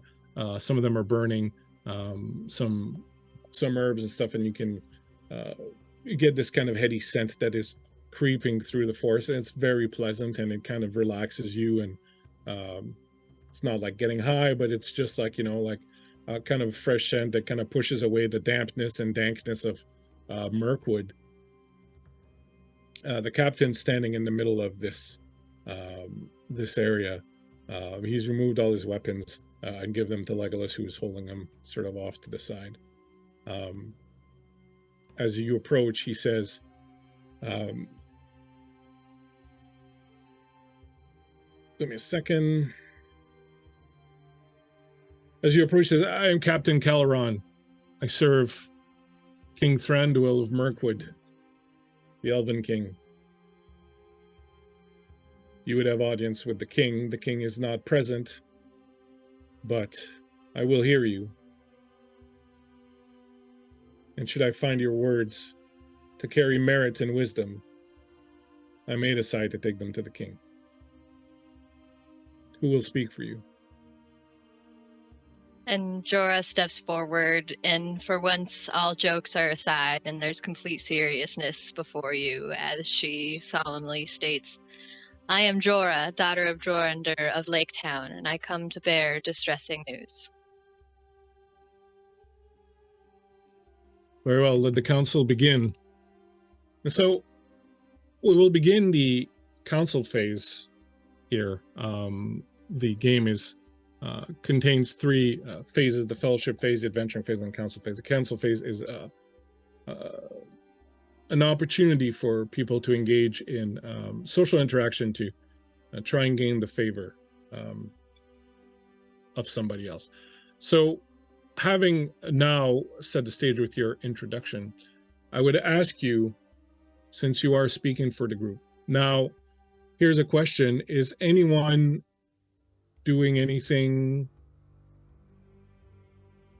like casting buffs or any of that before your friend steps into the center of this social arena? Yeah. I will say that it wouldn't be considered cheating because it's not like you're a D&D wizard casting a spell. Your powers are always come from a naturalistic place. You talk to someone, you give them some advice, and then that gives them like the inspiration, whatever it is you want to give them. So you wouldn't feel bad about doing it. You wouldn't feel like you're cheating or kind of doing anything like that. It would just be you being you and approaching your friend and trying to help them out. So if anyone wants to do anything. I have a question. With Jorah, does Jorah join Falco in smoking his pipe? Like, he's constantly smoking. So is she someone who partakes sometimes? Would she partake for this? Yes, but not yet. Okay. Okay. Anybody else? Two questions. First question, did we like whenever I guess when we talked to Grima, like, was there any kind of like contract or anything that was signed? Like, do we have any paper that says like, okay. You do have, the only thing you have, he gave you a map. That's right. That's the one thing you do have. Okay. And Cylon, I think you have that map, right? Or maybe Silent has lots of maps. I just figured you had them. Silent has a little bag of maps. A little bag of maps. Yeah. Okay, well then second question. I don't really have any like spelly things, or not spelly things, but you know, like magical things that I could do. But Arya's perception's pretty good. So maybe like while Jorah's kind of like pleading their case, could Arya be focused on the people listening, and kind of like if Jorah ever looks back at her, kind of she could like nod in the direction of like that person looks like they're really like kind of like pleading to the room, like pleading to the jury kind of thing. Like she could nod to like that person seems like they're really like feeling our story and Receptive. stuff like yeah, and kind of be like Yeah, like, so I dig that. So I'm going to have you give me an insight. Okay. Give me an insight roll. an insight. Okay. And if you succeed, I will give Jorah a inspiration to use at a later date. Okay. Other question, because last time we had one advantage to start, right? Yeah, you always have one. Yeah. You Oh, always have one to start. can I use that here? Yep. Cool. Love it. Okay, so insight. Okay. That would be a 15. All right, so that's good. So we'll give you one inspiration, Jorah, to use at some point during the proceedings. I do remind you, I let it happen earlier, but I do remind you that I like people to declare their use of inspiration before they roll and not after. I let it happen before on the bridge at some point, but I do like people to do it before. So I will ask that you do that before, in this case, when you want to use them. Anybody else doing anything? Silent can feed her nerd information, old lore about examples of kings helping kings in the past against greater evils from one of Silent's plethora of history books on their person. Excellent. And I'm assuming you are attempting to give Jorah your... My rhyme of lore die if I can. All right. So that's a D6. 6. It's a D6 that you can add to your checks, or you're going to be like all buffed. Get going into combat. All right. Anything Social else? combat. Social combat. Anything else?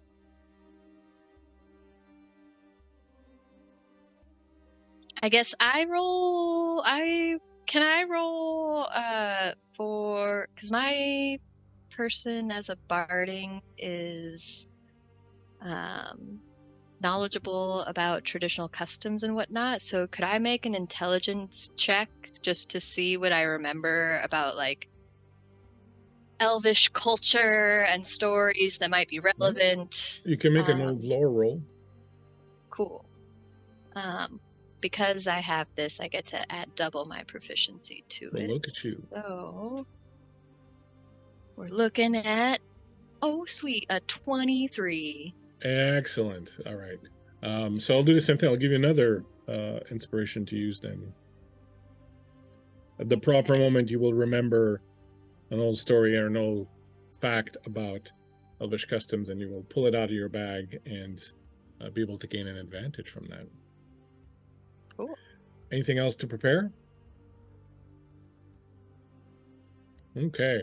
So you're going to begin by making a charisma check. Now, you can do intimidation in order to impress strangers quickly, but you reveal much about yourself. You can use persuasion if you're looking to get support, or you can use deception. I think What we're will gonna. your opening gambit be? Yeah, I think our opening gambit is persuasion. Okay, so go ahead and make that roll. Now, here's what's going to happen. You're going to make a roll. Your DC is 15. On a success, all right, if you succeed, you will get the ability to re-roll a single ability check that fails during the interaction stage. If your charisma check succeeds by 5 or more, you can re-roll 2 failed ability checks. If your charisma check fails by 5 or more, you will have disadvantage during the entire interaction stage. So no pressure. No pressure. Okay. Are Well, you using an advantage for this? You have a couple of them kicking around. yeah. It's up to you to decide. Your DC is 15. Yep. I think I will go ahead and use one. It feels like this opening thing Gambit is important. All right. Yeah. And can I try something else as well? Such as? Jorah would like to sing a song.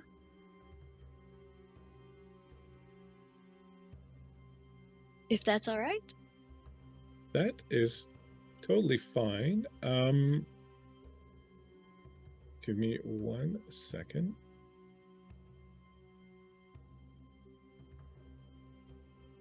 Song gives you something actually. A good song or tune is almost never out of place at a relaxed social gathering. They can also be powerful diplomatic devices. The singer finds the proper song and intones well-chosen words. If the check succeeds, it will not count towards the number of successful ability checks scored by the company because you need to get a certain number of successes. But it will grant you a +5 bonus, +10 if it's a magical success, to the next ability check that you make. And this is the deal. Are you going to sing, Annika? Yes. Okay. You can just make the roll if you want, a performance roll, in which case this will happen. If you sing, I will give you the magical success without having to roll. Oh, snap.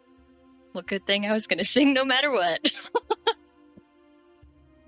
Okay. You step forward. Describe the moment and the scene, if you would, please.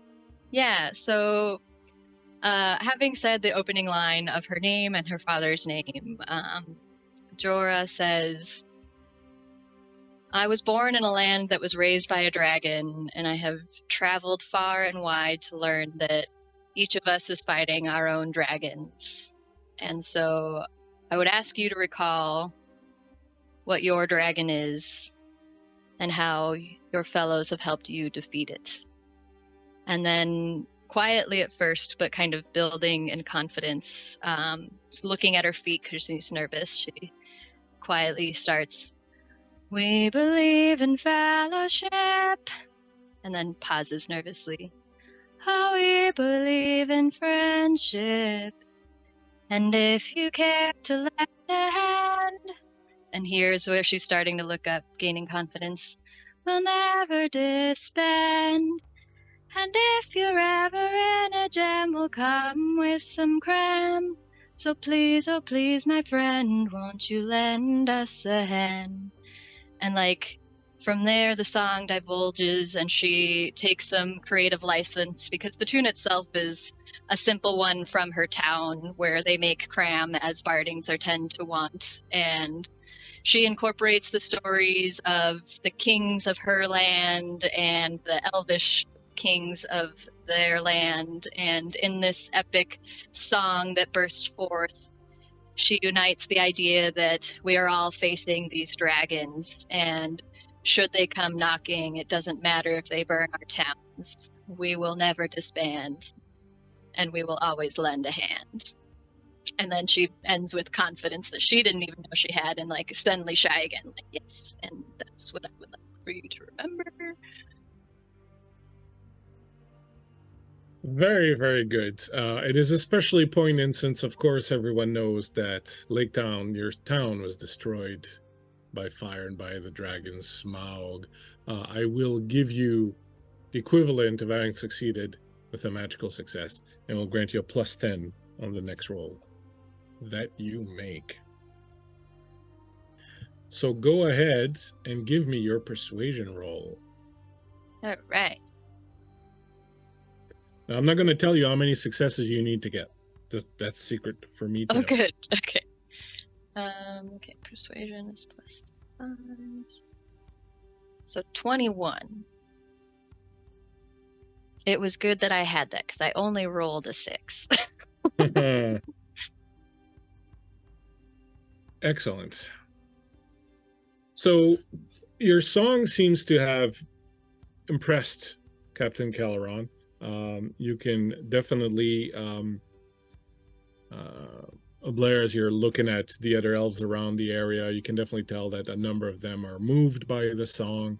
And, you know, you could see them sort of nodding along with it and kind of being into it. And you can feel that the mood has kind of shifted towards where it wasn't hostile, but it was kind of very neutral and cold and reserved. And now you can certainly feel like there's kind of a greater warmth and acceptance and willingness sort of coming from their side. In the wake of this song, after the end of your song, the captain will say,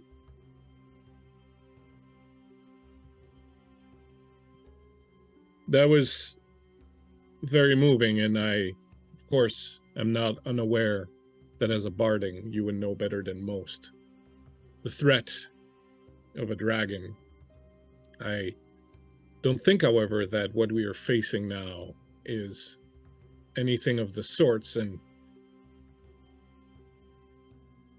while we feel the pain of your people in having your city destroyed by Smaug, your people have risen from the ashes. Your people have rebuilt. Your people have returned, stronger than ever, in fact, for you have gained a new king in Bard. I think that a people that show such resilience are certainly able to handle situations such as this one without the help of the elves. What do you say to that?" Is this where I have to tell you if I want to use inspiration or whatnot, or am I just going to say? Well, the first thing I'm going to ask you to roleplay a little bit and tell me what you Okay, tell no, me. that's what I was double checking. It was like, Yeah. which order are we doing this?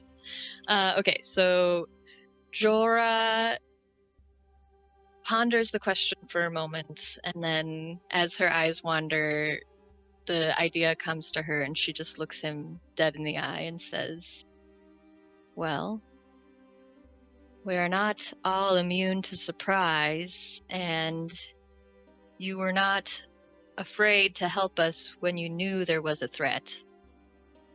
Wouldn't you be more alarmed if you heard there was one and you could have done something about it?"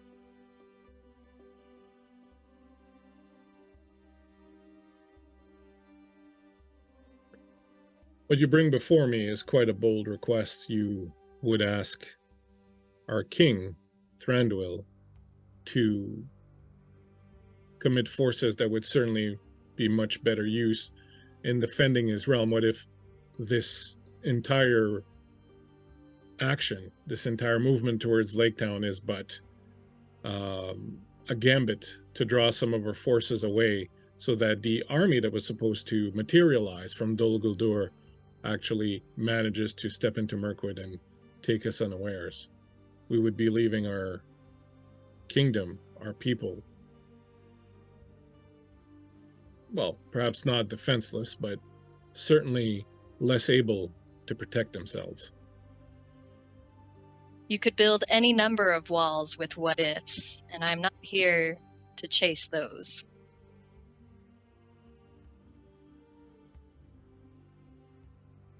What is it that you offer then in return for this help?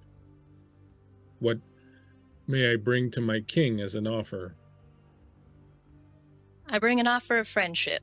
If the elves are able to follow through on this promise, then I will speak to the humans of Lake Town and see what sort of strength we can offer each other's communities in these growing dark times. It seems we could all use more eyes on our borders.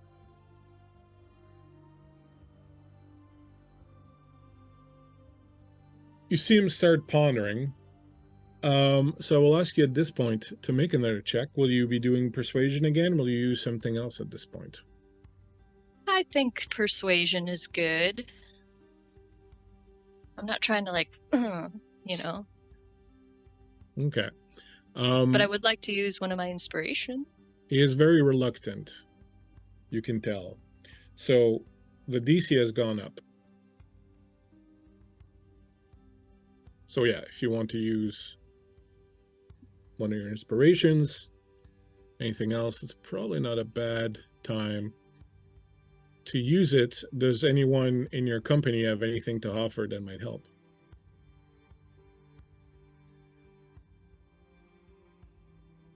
Are we? Is this like we can speak up, or But you could come and confer with your friend.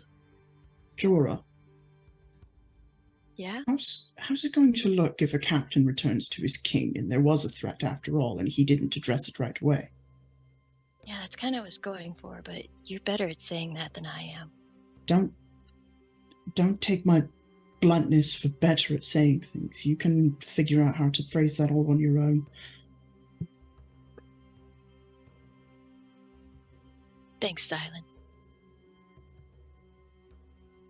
Could mention, I don't know if you could is segue a word that people use at this time? If you could segue into it naturally and be like, well, Saruman thinks this is a big deal anyway.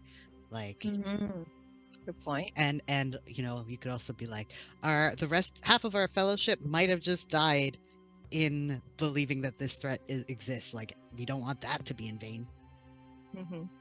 I don't think they're dead though, so, but you could say it. Yeah, I think RA is gonna come up too and be like, also it's like totally known that elves have helped like in instances like this countless times over history. And you know, like they've helped Lake Town before, so I don't know, kind of makes sense. And yeah, agreed with what they said too. If we have someone here that is obviously telling us about this threat, and if they were going to, you know, if the threat's just changed, why wouldn't you still take that serious? I'm just gonna shuffle back. Actually, to follow up Aria's very good point, elves helped kill the dragon. It is not unlike elves to help with this, and they should. It's our planet. This is our threat. It's not a barding threat.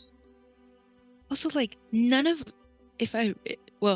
like, most of our fellowship that we've been traveling with aren't, you know, are elves and hobbits and, you know, like, there's a lot of different people dealing with this. It's not just a problem of man, you know.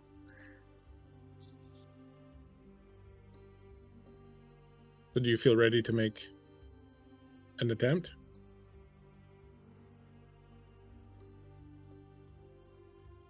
I am almost ready to make an attempt. This is the funniest little debate ever. You know, we have our little high school debate team. Like, here, let me pull out this. Yeah. This. Excuse you, Silent is very well versed with the terms of argumentation, okay? That's great. That's great.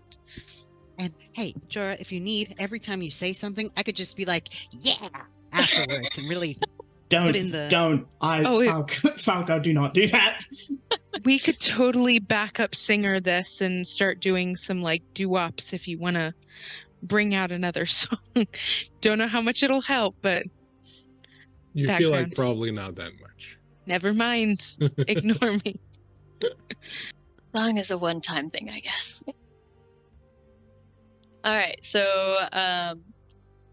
having conferred with her friends a little bit, Jorah steps forward again and says, "First they came for the humans, and I did not speak out because No. I was not a human.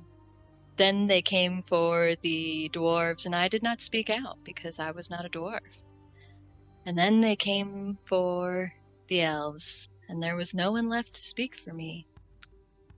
And so I think what you forget in this quest is that this is not just about one town and one attack. This is about shadow and darkness and beating it back because it doesn't matter who it's attacking. It's wrong no matter where it comes from.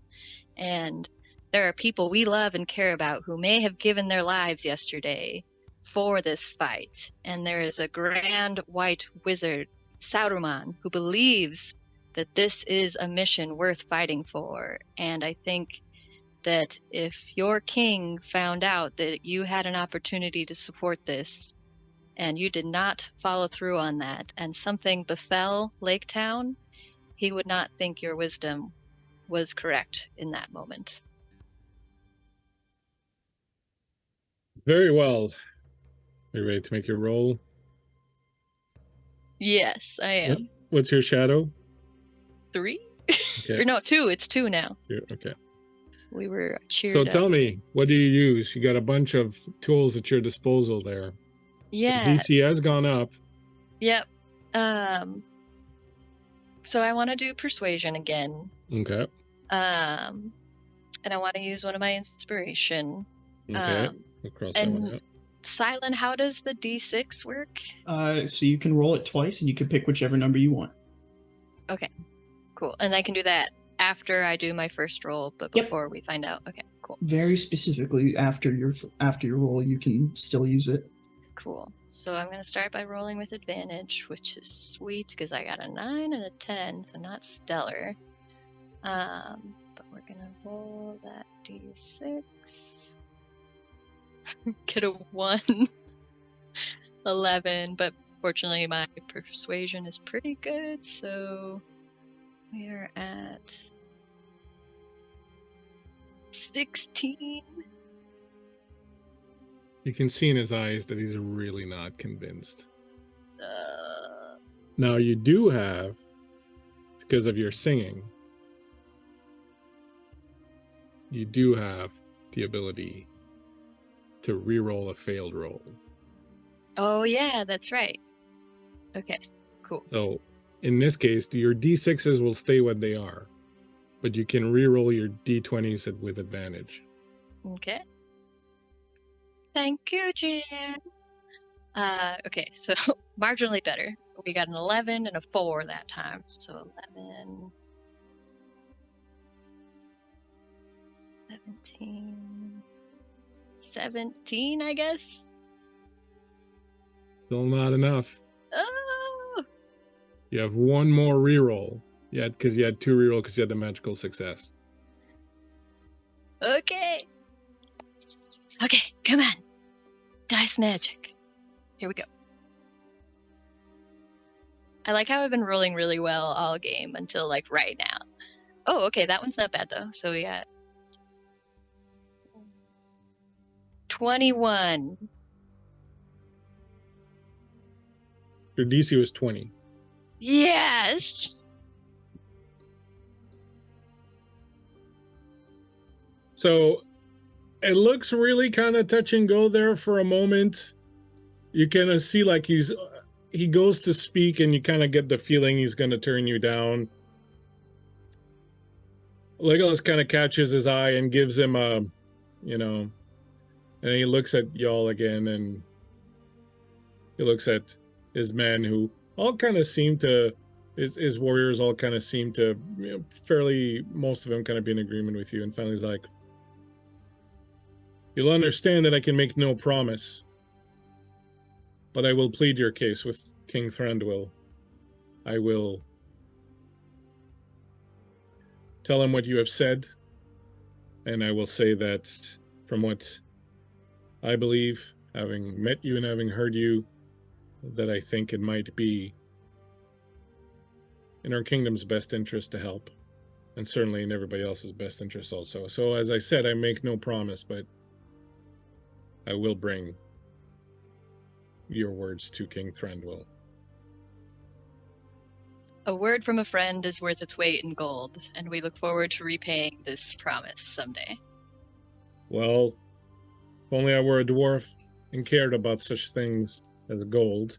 However, I am not, but your sentiment is well taken. Very well, untie that one. I assume you'll be taking these two with you? Indeed.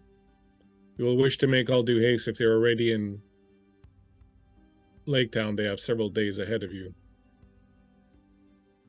The wind is Yes. turning and winter is coming. You will certainly hit snow and freezing conditions before you make it all the way to Lake Town. I hope you have brought the means to protect yourselves and keep yourselves warm. I would suggest you follow the river all the way there. It may perhaps make the travel a little colder due to the wind, but you will not get lost. And then Wise words indeed. then he tells his soldiers, we're going back home. Good luck, and perhaps we'll see you again. With that, he Indeed. picks up his things and takes off. Legolas is kind of hanging behind. He comes over to you. He says, that was well done. He's not one to be easily swayed under even the most generous of circumstances, so well done indeed. Dora, you did fantastic. And like, I'm now sorry. that it's over, everyone, she's like, my face hot. I feel really hot right now. That was incredibly commendable. So good. I just tried really hard to channel my inner Aelfrith. I hope she was proud. She will be when we tell her. Yes, when, not if. The captain turns around and goes, Legolas, come on. Your father awaits word from us. Legolas, like, best of luck, and should King Thranduil decide to send people to your help, I will be among them. Shall see you again. He shakes your hand, and then picks up his things and goes off after the others. Arianthi and Elentil have recovered their gear, and Elentil's rubbing at his wrist because he's been tied up for quite a while. Arianthi says, that was quite well done. I was afraid that he would prove himself difficult to persuade, but you've done well. If you would, I'm not certain Saruman will be able to help you where we go, but she reaches into her jacket and she pulls out a handful of little medallions, and they're carved, they're wooden, and they're carved like the prow of a ship, and she hands them out to you. She goes, but my lord Círdan certainly will grant you his favor for the rest of this quest that we're on, since you are so graciously helping us. So she'll give each of you one of these things, and you now have a new patron. And we will discuss what this does for you. And this patron helps against shadow, so that should be useful going in. You will, having already broken camp and having your gear all ready, Arianthe will say, I will go ahead and scout the way whenever you are ready. Please just follow and catch up. And with that, she will grab her things and sort of take off, leaving you alone in the camp there for a moment, knowing you must hit the road soon, but having a moment here to yourselves for the first time in quite some while, if you wish to use it.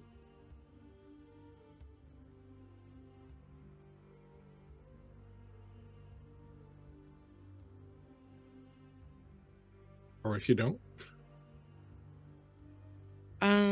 Everyone's yawning, so I'm thinking we're probably all kind of... I thought Blair was going to say something, but I guess... I've literally never seen so many players yawn all throughout this entire thing. Hello. NK's doing it right now. All right. That's And just with not that- drinking I'm enough here. coffee today, I swear. And I'm Right. just recovering from Yeah, your wonderful Yeah. performance. All right, so we will call it there for tonight then, before one of you falls off their chair, knocks themselves out silly. I apologize for boring the living hell out of you. Thanks so much, No! everyone, for hanging out with us. And we appreciate you sticking out here, keying out there. OK's GM Miko. I saw Ty in there, Hoovenist. Thank you so much for hanging out with us. I would like to give my players the opportunity to tell us a little bit about themselves, where they can be found, what they're up to, and then if you don't mind, stick around. We will raid one of our good friends, and we can show them a little bit of love. So please, Blair, tell us what's what in Blairland. Hi, I'm Blair. _ Canadian Moose all over the place. This has been great. I love this game so much. This is super fun. I am excited to see where it goes from here. So yeah, thanks for bringing us together, Bleak, and letting us play. It's been fantastic. What I have going, so tomorrow, I'm usually over on High Shelf Collective, and that's where I'll be tomorrow night. We are playing our Mass Effect game, which is using Cyberpunk Red rules, but it's some of our players have made like their own little like supplement for it, so it's very cool. We are nearing the end of that story. My character's supposed to get married at some point, you know. It's just like crazy stuff there. But yeah, we've kind of been on hiatus a little bit, so it's exciting to bring that back. So it's just chaos. Chaos all over the place. It really is. It really is. But it's so much fun. So tune into that. Then on Sunday, very different vibes. Also chaos, but very different vibes. We got Nova Season 2 starting on Sunday. I'm not ready. But yeah, we kind of left it at a place where we just had a lot happen, a lot of emotions, a lot of just intensity, and now our characters are going to have to recoup with that, but also start now the mothership system. So yeah, we'll see how long we live. No promises, but yeah, that's kind of what I got going on right now. High Shelf Collective has a lot of other like fabulous new campaigns. Wink, wink, hint, hint. They'll hear about it in a second. But yeah, so come check out stuff over on High Shelf. Yeah. Absolutely. Thanks again Thank for letting you. me be here. Yeah, thanks so much. And I know everyone is super excited about this Nova thing, so we'll definitely be catching that and seeing what the hubbub is all about. Thank you very much. Annika, when are you putting on a show? When are you singing again? What cabaret will you be appearing at? Yeah. Ironically, I don't get to play a bard very often, but I love doing that. Yeah, you should. Anyways, I am Annika. Tonight I was playing Jorah, who is a tuner when she's not brewing and doing other mischievous things.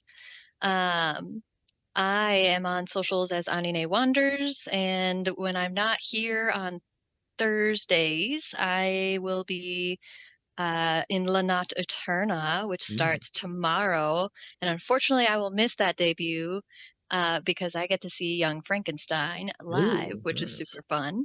But that will be run for 5 weeks, so I'll be catching up with the crew next week, and that's going to be awesome and filled with darkness. And then in the works, we are doing a Ghostbusters Hoot Nanny over in the world of Wanderer's Haven, which is still getting solidified, but I'm excited about that. And then later in October, I'll be doing an Obojima one-shot, which is set in the world of Studio Ghibli and Legend of Zelda. So Oh, keep an eye out on Wanderer's Haven for that detail as well. awesome. Thank you so much, and thank you for that wonderful performance. And have fun at Young Frankenstein. Kay, what's up, Kay? Quite a bit, actually. Too much. My name is Kay, or you can find me at Caden Cosmos on most things. I'm going to be here for the next couple weeks on the Thursday doing the Lord of the Rings. I'm very excited. They're having a lot of fun. Saturday, I'm going to be, this Saturday specifically, I'm going to be on Wanderer's Haven with the OK's GM. We're doing a one-shot, I think, for Ystera called Siren's Echo. So I'm excited to be in that. I have something coming in next month as well. I'm very excited for, and then I'm Do you want also. to speak on it? We can talk about it. I'm going to be running Bluebeard's Bride game on the October 23rd. I'm very excited. It'll get my dark tendencies out, my emo kid fantasies, all that stuff. So I'm excited for that. I'm also starting my own trivia thing because the guy I was helping out is no longer doing it. So I'll have more information about that when I figure it out. Awesome. Thanks so much, Kay. We look forward to seeing your Bluebeard action going on over here at Guild Superior. We'll talk about it again once we get closer to the moment. JT, rounding out the cast tonight. Okay, are you ready? Buckle in. It's a lot. It's always a lot. Hi, I'm JT. You can find me on the internet at WeebJeet, pretty much anywhere, Twitter, Blue Sky, Discord. I pick a place. I'm probably over there. And I've got a pretty heavy schedule coming up this October. Tomorrow on the 22nd on Live from the Apocalypse with our good friend JD, we are playing a season of Secrets and Shadows. It'll be our season 2 premiere. On Saturday, we are coming back on RPGs Uncovered with our second episode of The Treacherous Turn. And then Saturday evening, you can find me on Dexara's channel playing a charity 2-shot of Edge of the Empire, where I'll be playing a goofy little Jedi Padawan. On Sunday, as Blair mentioned, I will also be joining the Lost Caravan for season 2 premiere of Nova as a sad little robot. And then in October, I will also be in Bluebeard's Bride, which is going to be very fun. I'm very excited about it. You can catch me on Neon Lights Roleplay on Tuesdays playing Lancer. You can catch me on October 4th back on High Shelf Collective for episode 2 of The Beacons of Farlight, which kicked off very excitingly last night. It was a lot of fun. You can catch me here for the next couple of Thursdays. I think that's my rotation, Tuesday through Sunday, bi-weekly for the most part. Busy. Everyone's busy. October is turning out to be a crazy month too. Thanks so much, everyone, for hanging out. Thank you so much for playing, players. You were wonderful, as always. I look forward to next game. Of course, I'm Bleakseason. My producer is Andy. Our next gig here at Guild Superior is on Tuesday, where we got Pirate Borg. DM Yar Dave continuing is Pirate Borg while we are on break with Greyhawk.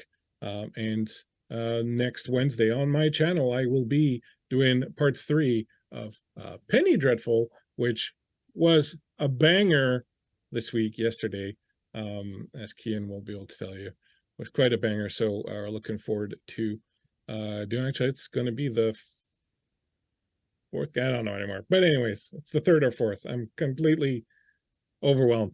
Thanks so much for hanging out with us. We appreciate you. We are going to raid our friend Allison at Insight Checked. They're playing a video game as they are wont to do. Give them a bit of love when we come in. Guild Superior style, i.e., run around with your hands in the air, shouting, which is what we like to do here. Thank you so much. We'll be back here next Thursday, same bad channel, same bad time, as they say, for the third part of our Lord of the Rings game. Thank you for hanging out. We appreciate all of you, and we'll see you next week.